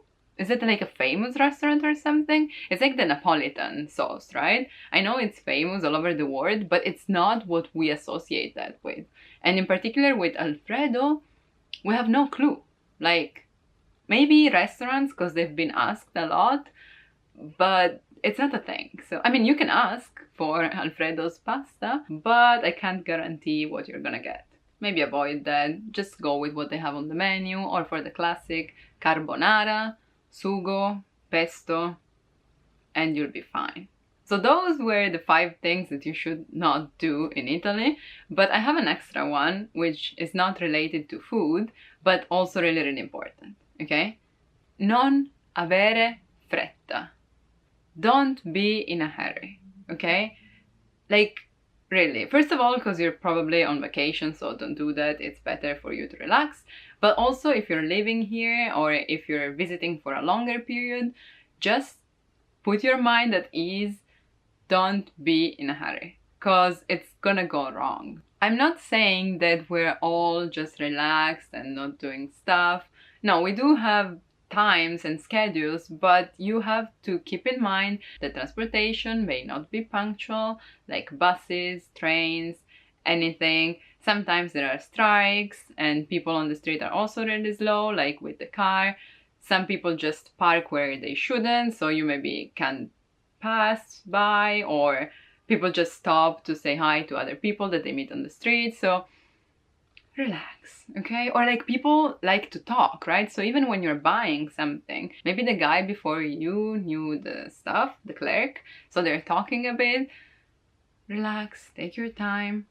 You're in Italy, okay? Let me know in the comments if there are things that you're worried about, like if you should or not do something. Remember to like and subscribe, and if you still haven't done it, you can sign up for your free lifetime account on ItalianPod101.com in order to learn Italian in the easiest, fastest, and most fun way possible. Thank you for watching. I'll see you soon. Ciao ciao. Not too soon, because remember, we like to take it slow. I'm kidding. Ciao ciao. Bye bye. Hi everyone, welcome to ItalianPod101.com. My name is Daisy. Mi chiamo Daisy. Mi chiamo Daisy. And in this video we're gonna talk about some shopping phrases. Fare shopping. Fare shopping. So as the title says already, shopping is a word that became normal in Italian as well. So when I say, ho voglia di fare shopping, I feel like doing some shopping, I feel like going for shopping, it's completely fine. Fare shopping. If you want to say that in a more Italian way, something else that we say is fare compere. So to make purchases, to make buys, to buy. Fare compere. Or fare spese, to make expenses, literally do expenses. Fare spese. Or andare per negozi, where negozi is shops, andare is to go. So to go through shops, to go among shops. Andare per negozi. It means that I want to go to one shop and the other, right? While if I say fare la spesa, so singular, la spesa, le spese, okay? Fare la spesa means to go grocery only, okay? Fare la spesa means that you're buying something that you need to eat, or like for the house. That being said, something that you will need like the moment you step into a shop, of course you say hi, buongiorno, buongiorno, and then the word is commesso or commessa. It's the clerk, the staff, right? Commesso if it's male, commessa if it's female. And it's general, so like you don't have to specify if it's a waiter or if it's like a cashier or something. You just go for commesso or commessa. And commessi is the plural, of course. So when il commesso or la commessa asks you, when they see you coming in, they will probably ask you, hai bisogno? Hai bisogno? Which means, do you need something? Can I help you with something? Cerchi qualcosa? Are you looking for something? Cerca, in case it's more formal, right? Cerca qualcosa? Qualcosa is something. In this case, if you want to be helped, you can say, sì, cerco un regalo. Yes, I'm looking for a gift. Sì, vorrei. Yes, I'd like. Vorrei 2 mele. I'd like 2 apples. Okay? While if you're really going for shopping, which means like you just want to look around, you can say no, grazie, no, thank you, sto solo guardando. I'm just looking. Sto solo guardando. This is really helpful because people will come and ask you. And if you want to take your time, just go with sto solo guardando. And then later on, you can still ask them if you really need something or if you can't find what you're looking for, right? Let's assume you found something that you like and you want to know how much it is. Quanto costa? How much does it cost? Quanto costa? And then they will tell you the price, right? 2 euro. Be careful because euro doesn't change the word. It's never plural. It's not 2 euri. It's still euro, okay? Costa 2 euro. Costa 10 euro. Costa 1 euro. And then you can be like, no, troppo caro. Too expensive. Caro is expensive. Troppo is too much, right? Too expensive. Troppo caro. Now you may want to try and ask for a discount, right? So you can say, posso avere, can I have a sconto? A discount. Sconto. It's kind of similar, right? Sconto. Discount, sconto. C'è lo sconto? Is there a discount? Posso avere uno sconto? Can I have some discount? Now, when you're in a shop and the price is there already, you don't ask for that, right? That's a normal rule, I guess, everywhere in the world. While if you're at a market or the price is not shown, you can ask for a discount. It's not like the rule for you to ask, but you can try and then you'll see. While when you see the word saldi, it means that there are some sales going on, okay? Saldi. So you may want to plan your trip in Italy, this is a tip, when saldi are on, which is in July, August, or of course January, after the Christmas period. Saldi.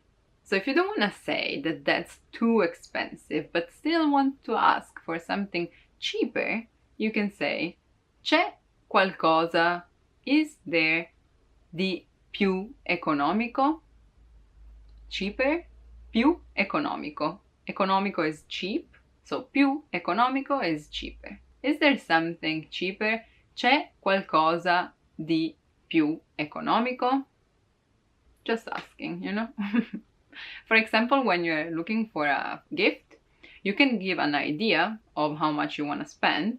Vorrei spendere, I'd like to spend, vorrei spendere, intorno, around, ai 20 euro. I'd like to spend around 20 euros. Vorrei spendere intorno ai 20 euro. 20 euros. You can change the number according to your budget. Then when you decide, you can say prendo questo. I'll take this one. Prendo, prendere, from take. I'll take this. Prendo questo. And la commessa will probably ask you qualcos'altro, qualcos'altro, something else.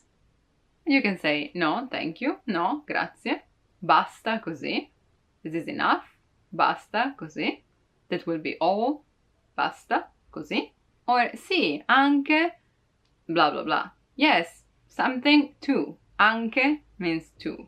And this is just about vocabulary basically, right? But something that is really specific of Italian is, for example, when you're queuing, there are times when a number is given, so you have to take a ticket with a number on it and wait for your turn, right? If there's not a number, for example, at the market, and you're just like lining up, waiting with people, but people don't really line up, they're just waiting there, okay? The person that is selling at some point may ask this, a chi tocca?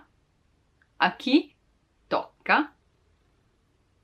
Toccare means to touch, right? And chi is who.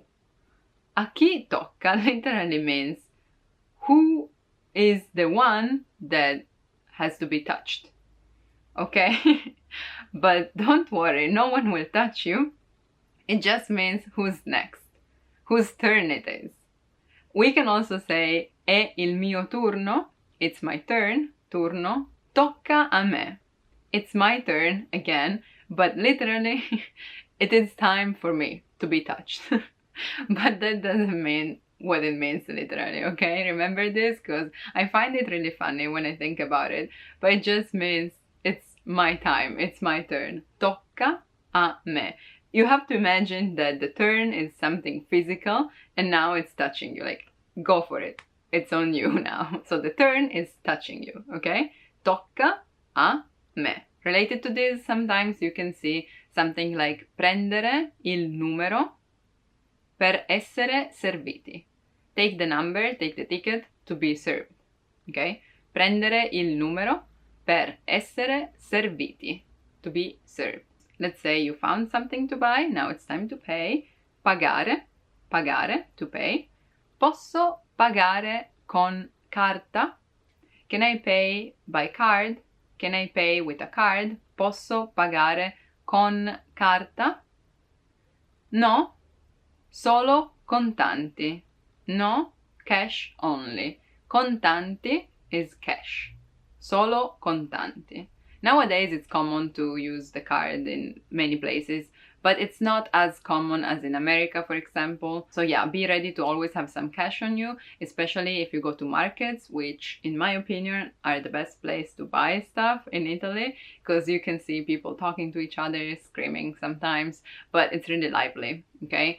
So yeah, always have some cash on you, not too much because you don't want to risk it, but and something else that they may ask you is hai moneta? A moneta, I informal, a formal.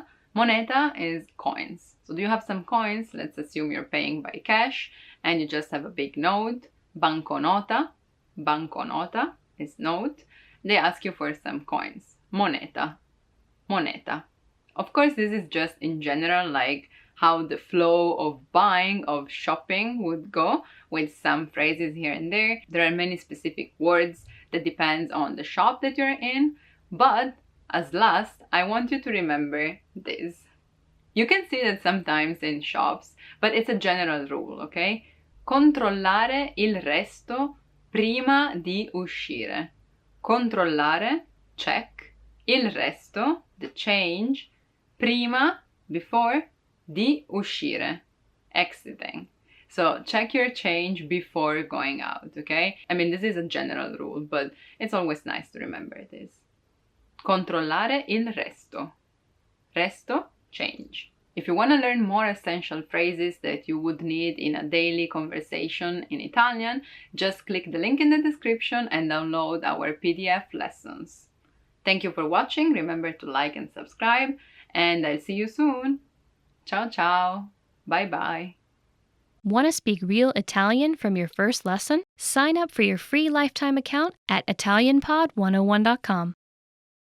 Hello everyone, welcome back to ItalianPod101.com. My name is Daisy. Mi chiamo Daisy. Mi chiamo Daisy. And in this video we're gonna talk about time. Che ore sono? Che ore sono?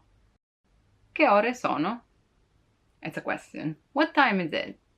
First of all, let's clarify that even though the word tempo, tempo, tempo does mean time, we also use that for weather, like che tempo fa?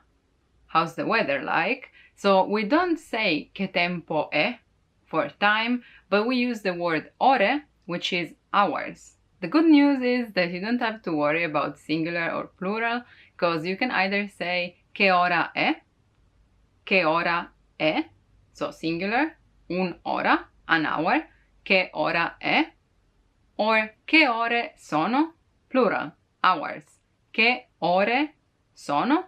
Even though for the question you don't have to think about singular or plural, you just have to combine it, right? So if you use ora, then you use the singular form of the verb to be, ora è, che ora è, while if you use the plural ore, then you use the plural form of the verb to be, right? Che ore sono. That's the only thing that you have to think for the answer as well. And what I mean is that when you say 1, so it's 1 a.m. or p.m., we're gonna see how to say that later, you just have to say è luna.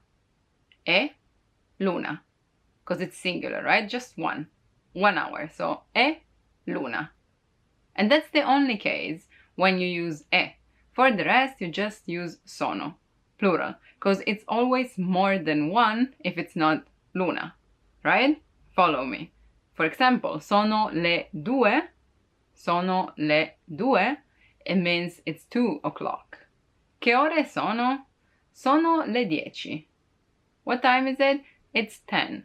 Sono le 10. If you want to add sono le 10 in punto, it means it's 10 o'clock. In punto. Punto. Punto literally means dot. So it's just 10. Le 10 in punto. While in English you say, for example, it's 5 past 4, 5 past 4, so 5 minutes past 4 o'clock, we just add and to the hours to say the minutes as well. So we say sono le 4, it's 4, e 5. Sono le 4 e 5. And that implies 5 minutes. Sono le 4 e 5 minuti. It's 4 and 5 minutes. 5 past 4. Sono le 4 e 10 minuti. 10 past 4. Sono le 4 e 15 minuti. It's 15 past 4. Of course, when you want to say the time, you have to know numbers as well, but there are some expressions that don't involve numbers, not at all, but that can help sometimes. For example, if you don't want to say and 15, so 15 minuti, 15 minuti, you can say un quarto, a quarter. 12, 12, e un quarto. Sono le 12 e un quarto. It's 12 and 15. Be careful though, because when it's half, we don't say 2 quarters past 12, but we use the word mezza. Mezza, which literally means half. And we use that with the female exception, because ora is feminine. Ora. So, sono le 12 e mezza. 12 e mezza. Sono le 9 e mezza. It's 9:30. Or it's 12:30. 12 e mezza. 9 e mezza. Or, of course, you can say 12:30. Or 9:30. 9:30. 12:30. 9:30.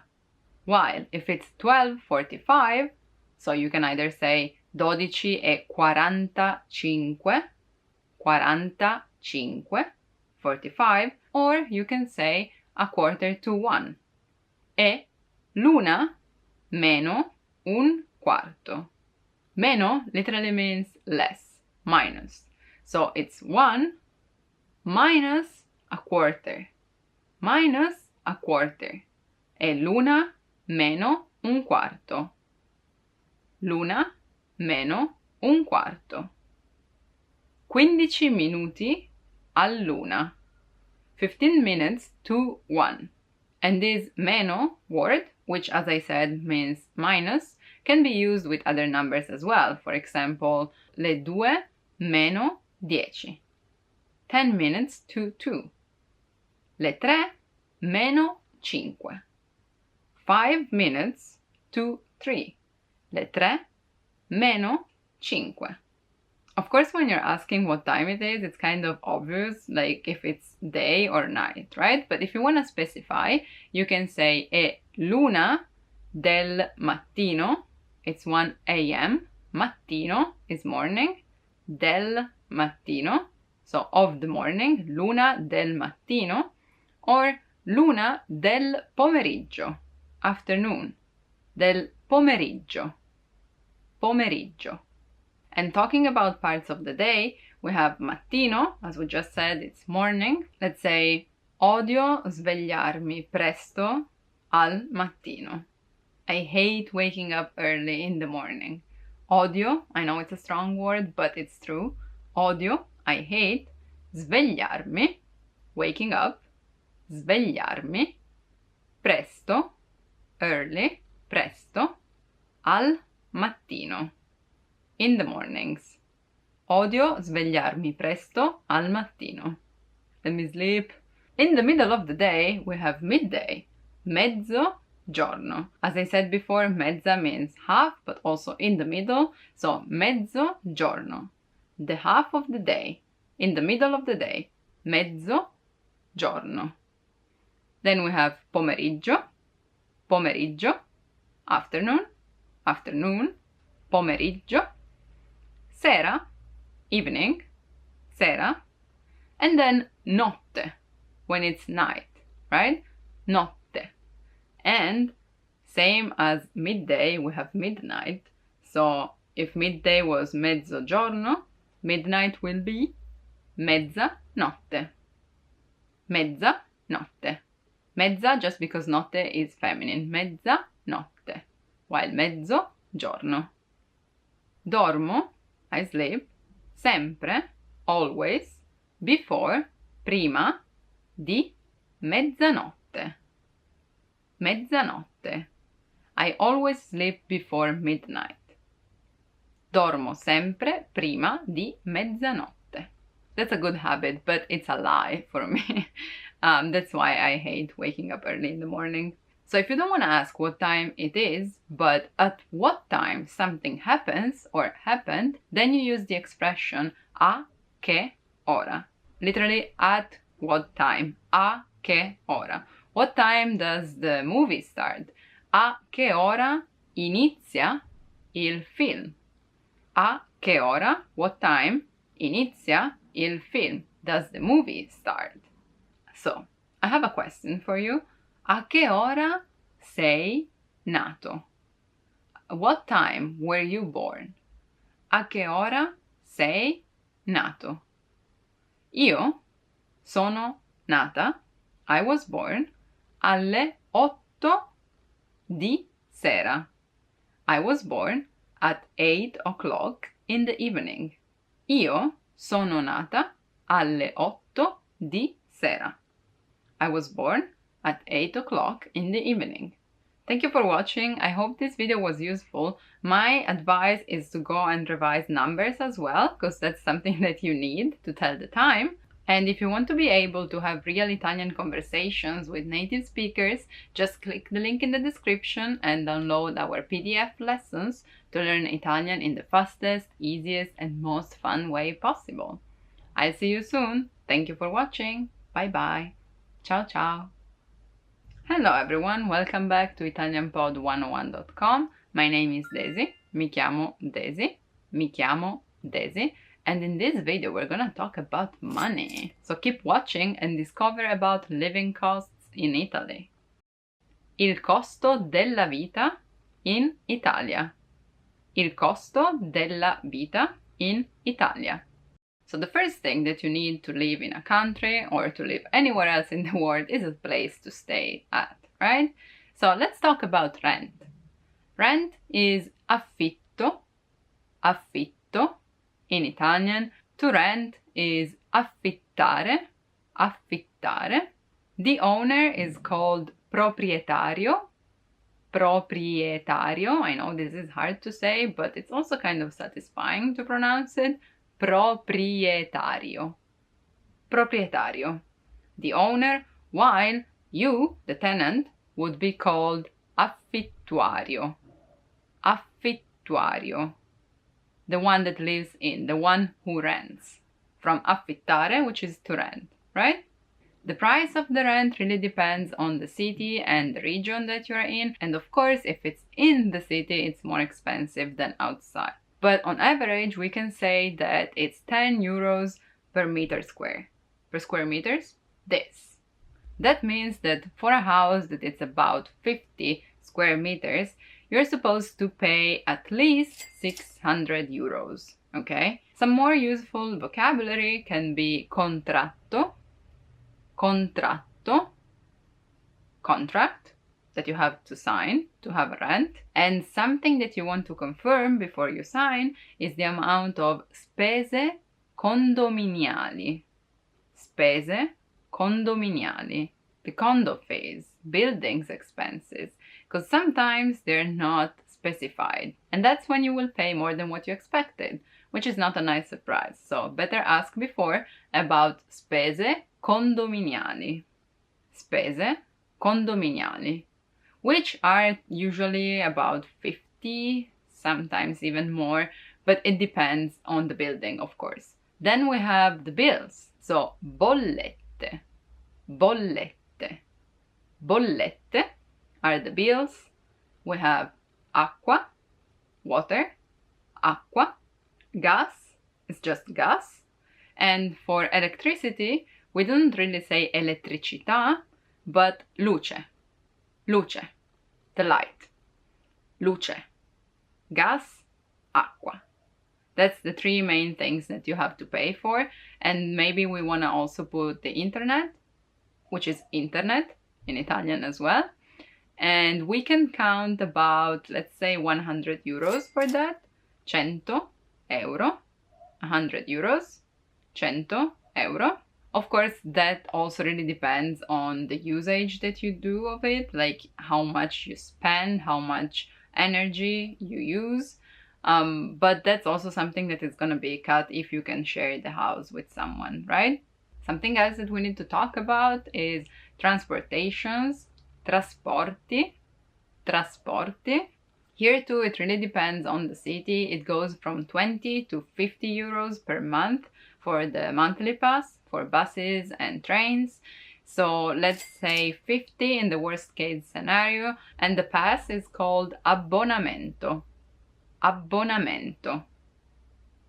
Abbonamento mensile, monthly pass, mensile, while settimanale, settimanale is weekly, the weekly pass. Abbonamento settimanale. Maybe you're using a car and 1 liter of gasoline, which is benzina, benzina, is always around €1.40, sometimes even more, rarely less. As for food, considering that the classic Italian breakfast is about, on average, €2, 2 euro, okay, for caffè or cappuccino and brioche, and €1.5 for a liter of milk, latte, €2.50 for a dozen of eggs, una dozzina di uova. If we consider that a pizza can go from 3.5, and I'm not talking about a slice, but a whole pizza, and you may be wondering why that has to be considered, and if you're gonna live here, you're gonna get like us, meaning you're gonna have pizza at least once a week. That being said, it goes from 3.5 euros till 10, let's say, one pizza, it depends on the restaurant. And considering that fast food is around maybe 8 euros, I'm talking about the whole menu, of course, then you can spend less. And that a restaurant can be, let's say, 20-25 euros per person minimum. A study proved that on average, one person spends 250 euros per month. Then, of course, it depends on the kind of life that you're living. Like if you go to the restaurant every day, that's gonna be way more expensive. While if you are on a budget, maybe you don't go out at all, you don't even eat pizza. So of course, those are things that always need to be considered. And also keep in mind that South is usually cheaper than the North. But that being said, my tip is, no matter where you are, to go and look for markets. We have markets, I mercati, mercati. Every morning, every day of the week, there are markets, you just need to find out where. If you're in a small city, there is the possibility that they only hold that once or twice a week, but there has to be one, okay? And if you go there, it's gonna be cheaper and things are fresher as well. And lastly, let's talk about entertainment. Let's say that you wanna go to the cinema. Il cinema, andare al cinema, will cost you about 7 euros, 7 to 8 just for the ticket. And if it's 3D or something, 10 euros. And I'm not talking about any discounts here, okay? Just the regular ticket. While if you're going to a museum, that's also about 10 euros, right?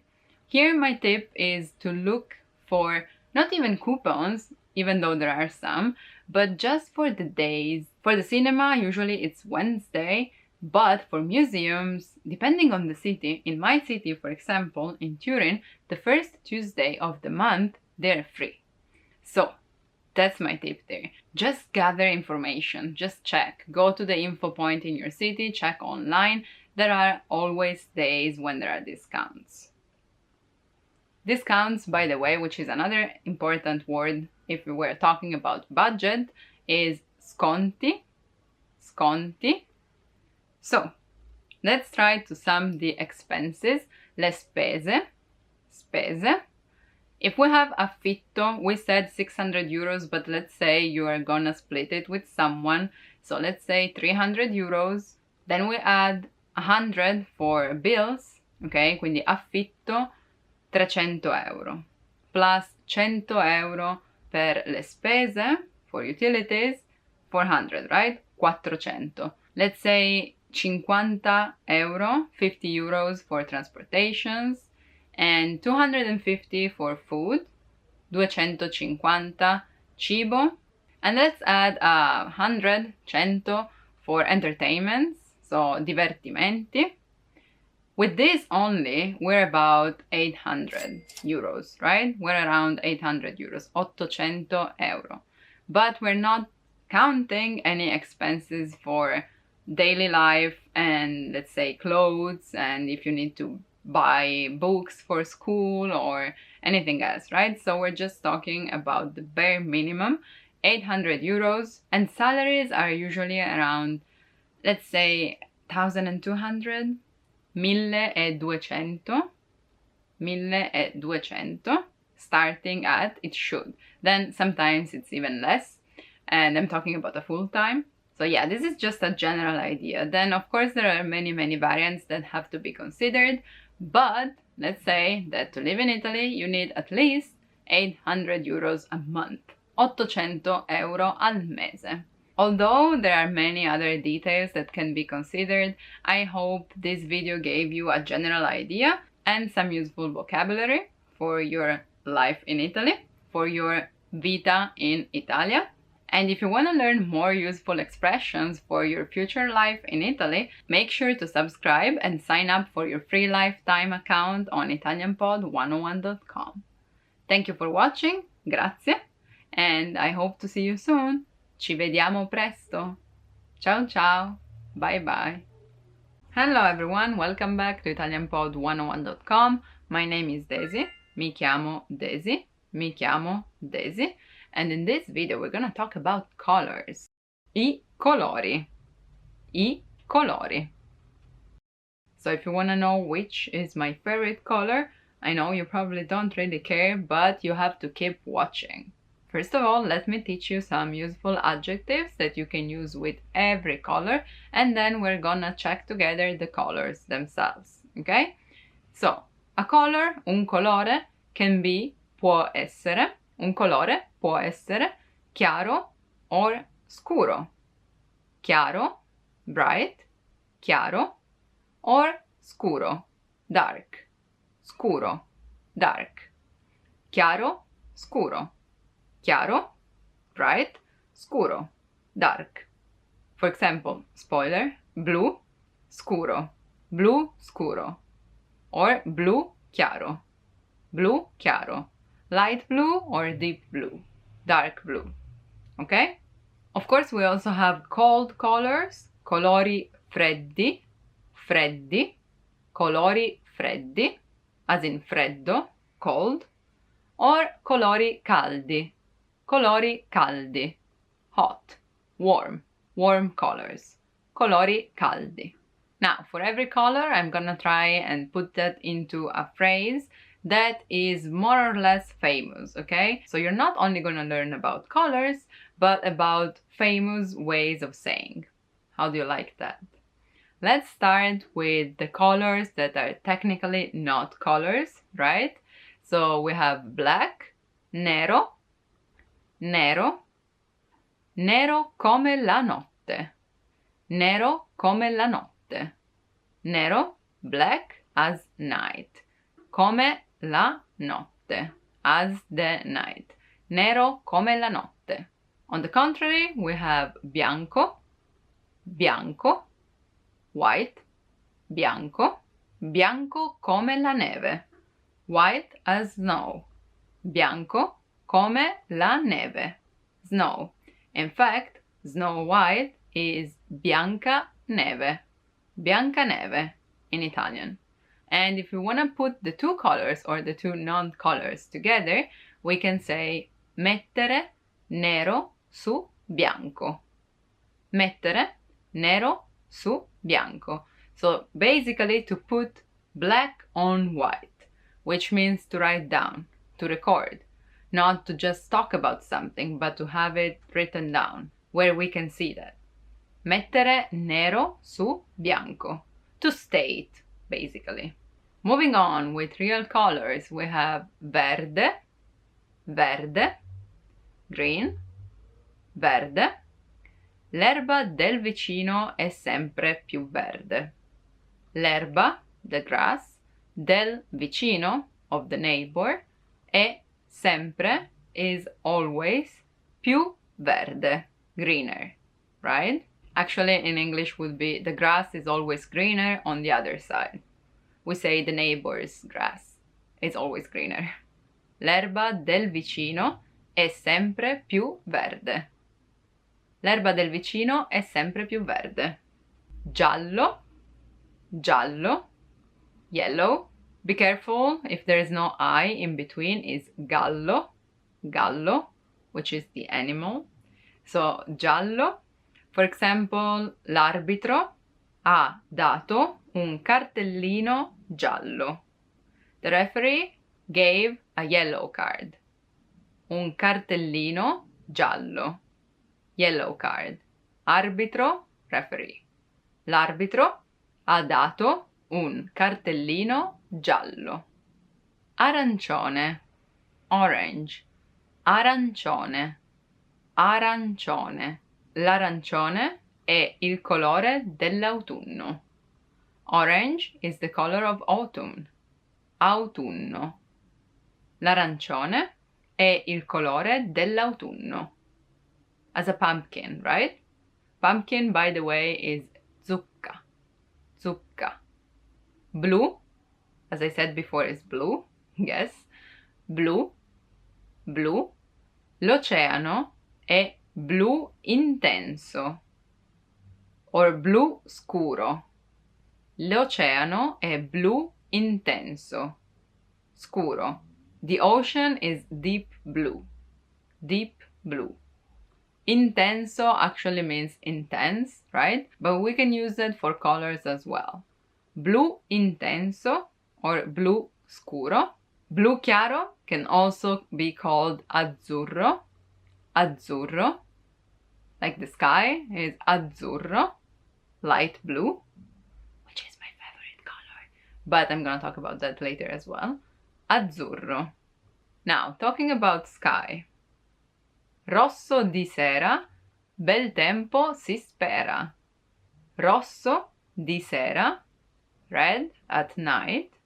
Bel tempo, good weather, si spera. Inside, but literally means we hope. It's hoped. There is hope for good weather if it's red at night. Red sky at night, good weather inside. Rosso di sera, bel tempo si spera. Rosso, rosso, red. While rosa, rosa is pink, pink, rosa. Be careful because when you're using rosso, since these words can be used as adjectives as well, if you say, for example, macchina rossa, so a red car, rosso, rosso becomes rossa, right? Because macchina is feminine. So macchina rossa is red car, while macchina rosa, rosa, is pink.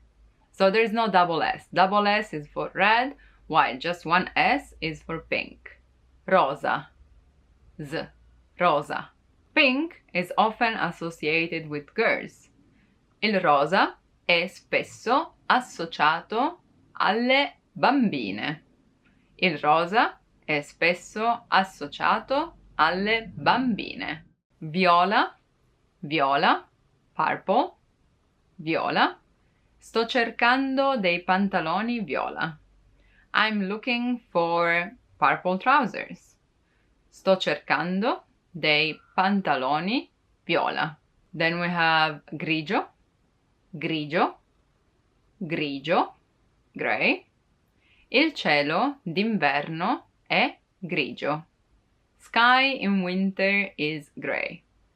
Il cielo d'inverno è grigio. Grigio. Marrone, marrone is brown. Una borsa marrone è sempre utile. A brown bag is always useful. This is for girls especially, I guess. A brown bag is always useful. Una borsa marrone è sempre utile. Borsa marrone, brown bag. Careful with hair, because, for example, while for black we say capelli neri, for marrone we don't say marrone. I mean, you can, but the technical word is castani. Capelli castani, brown hair. And biondi, biondi is blonde, but this is just for hair. Anyway, two more colors are argentato and dorato. Give me some time to explain. Argentato comes from argento, which is silver. Argento.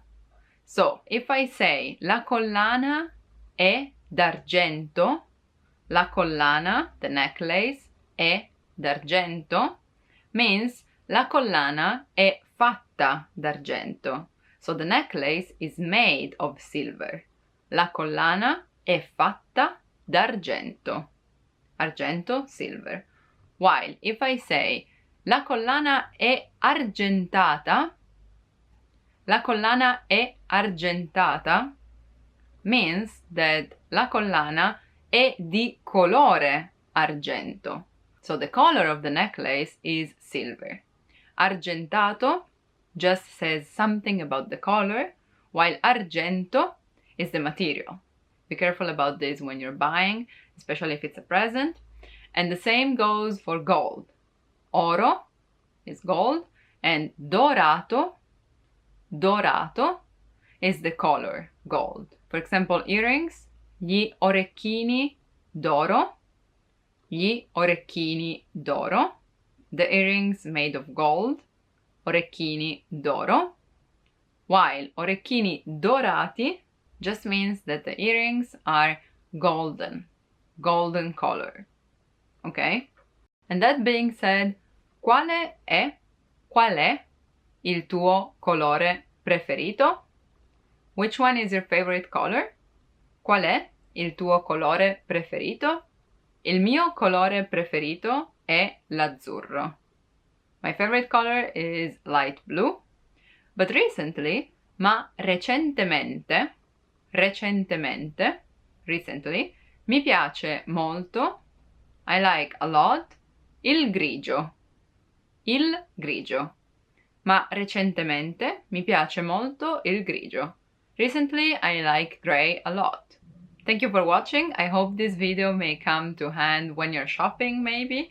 And if you want to have real Italian conversations with Italian speakers, click the link in the description, download our PDF lessons, and don't forget to sign up for your free lifetime account on italianpod101.com.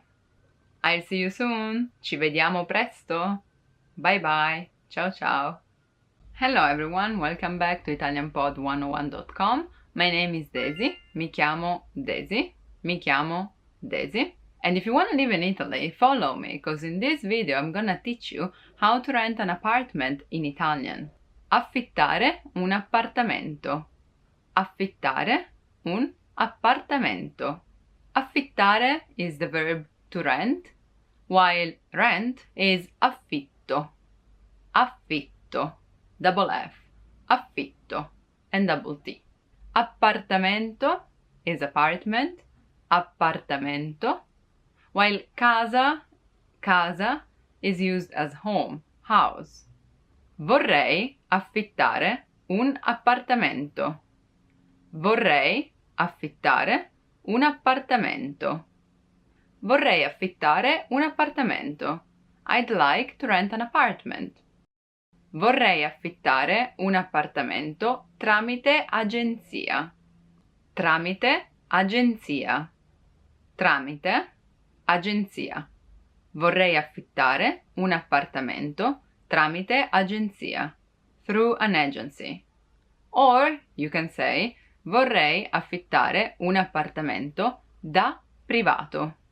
Da privato. As a private individual. Da privato. It should be easier through an agency because they're gonna look for it for you and then show many options to you, but you have to pay them, of course. So the choice is up to you. Otherwise, you can check online or newspapers, you know. That being said, you can go to an agency and say cerco una casa con minimo 50 metri quadri. Cerco una casa. I'm looking for a house. Cerco un appartamento. I'm looking for an apartment. Con minimo, with minimum, 50 metri quadri. Metri quadri. Square meter. 50 metri quadri. 50 square meter. In fact, metri quadri or quadrati, metri quadri, metri quadrati is square meter. Some more useful words could be contratto, contratto, contract, proprietario, proprietario, proprietario, owner, landlord, while you would be the tenant, right? So inquilino, inquilino, inquilino. Divido le spese condominiali con il mio co-inquilino. Divido, I share, le spese condominiali, condo fees, con il mio, with my co-inquilino. Co-inquilino. Co-inquilino. Housemaid. And spese condominiali are the fees, the expenses that you have to pay in order to live in that apartment. It's the amount of all those costs that every tenant has to pay, right? So, for example, cleaning the stairs or administrative costs and all of that, right? But you may want to ask that before as well, before you even see the house. Quanto sono le spese condominiali? How much for the condo fees? Then let's move a bit on with our quest. We want to add some more criteria. So for example, you may be looking for a monolocale. Monolocale. A studio. Monolocale. Un monolocale è molto comodo per gli studenti. Un monolocale, a studio flat, è molto comodo. It's really useful, really convenient, è molto comodo per gli studenti, for students. Per gli studenti. Un monolocale è molto comodo per gli studenti. If you're not a student, or if you are, but you want a bigger house, a bigger apartment, then you can look for a bilocale. Bilocale. Or even a trilocale. Trilocale. Where of course B stands for two, so two-room apartment, or tri stands for three. This is a three, not a two.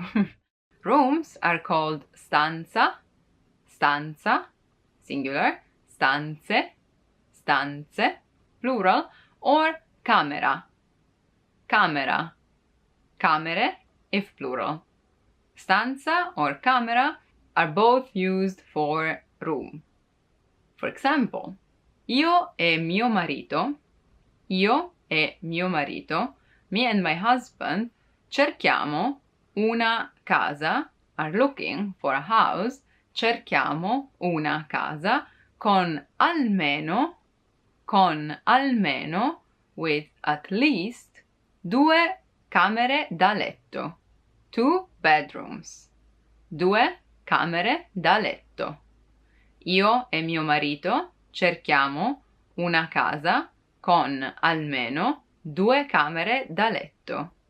Me and my husband are looking for a house with at least 2 bedrooms. Almeno, at least.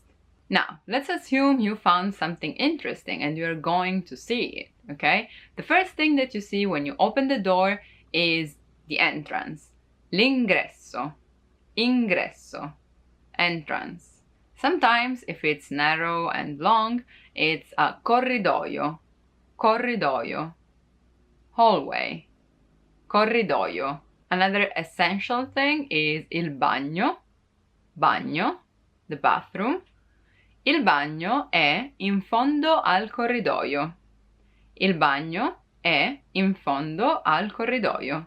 The bathroom is at the end of the hallway. Il bagno è al fondo del corridoio. As important as the bathroom, there is the kitchen. La cucina. Cucina. Or cucinino.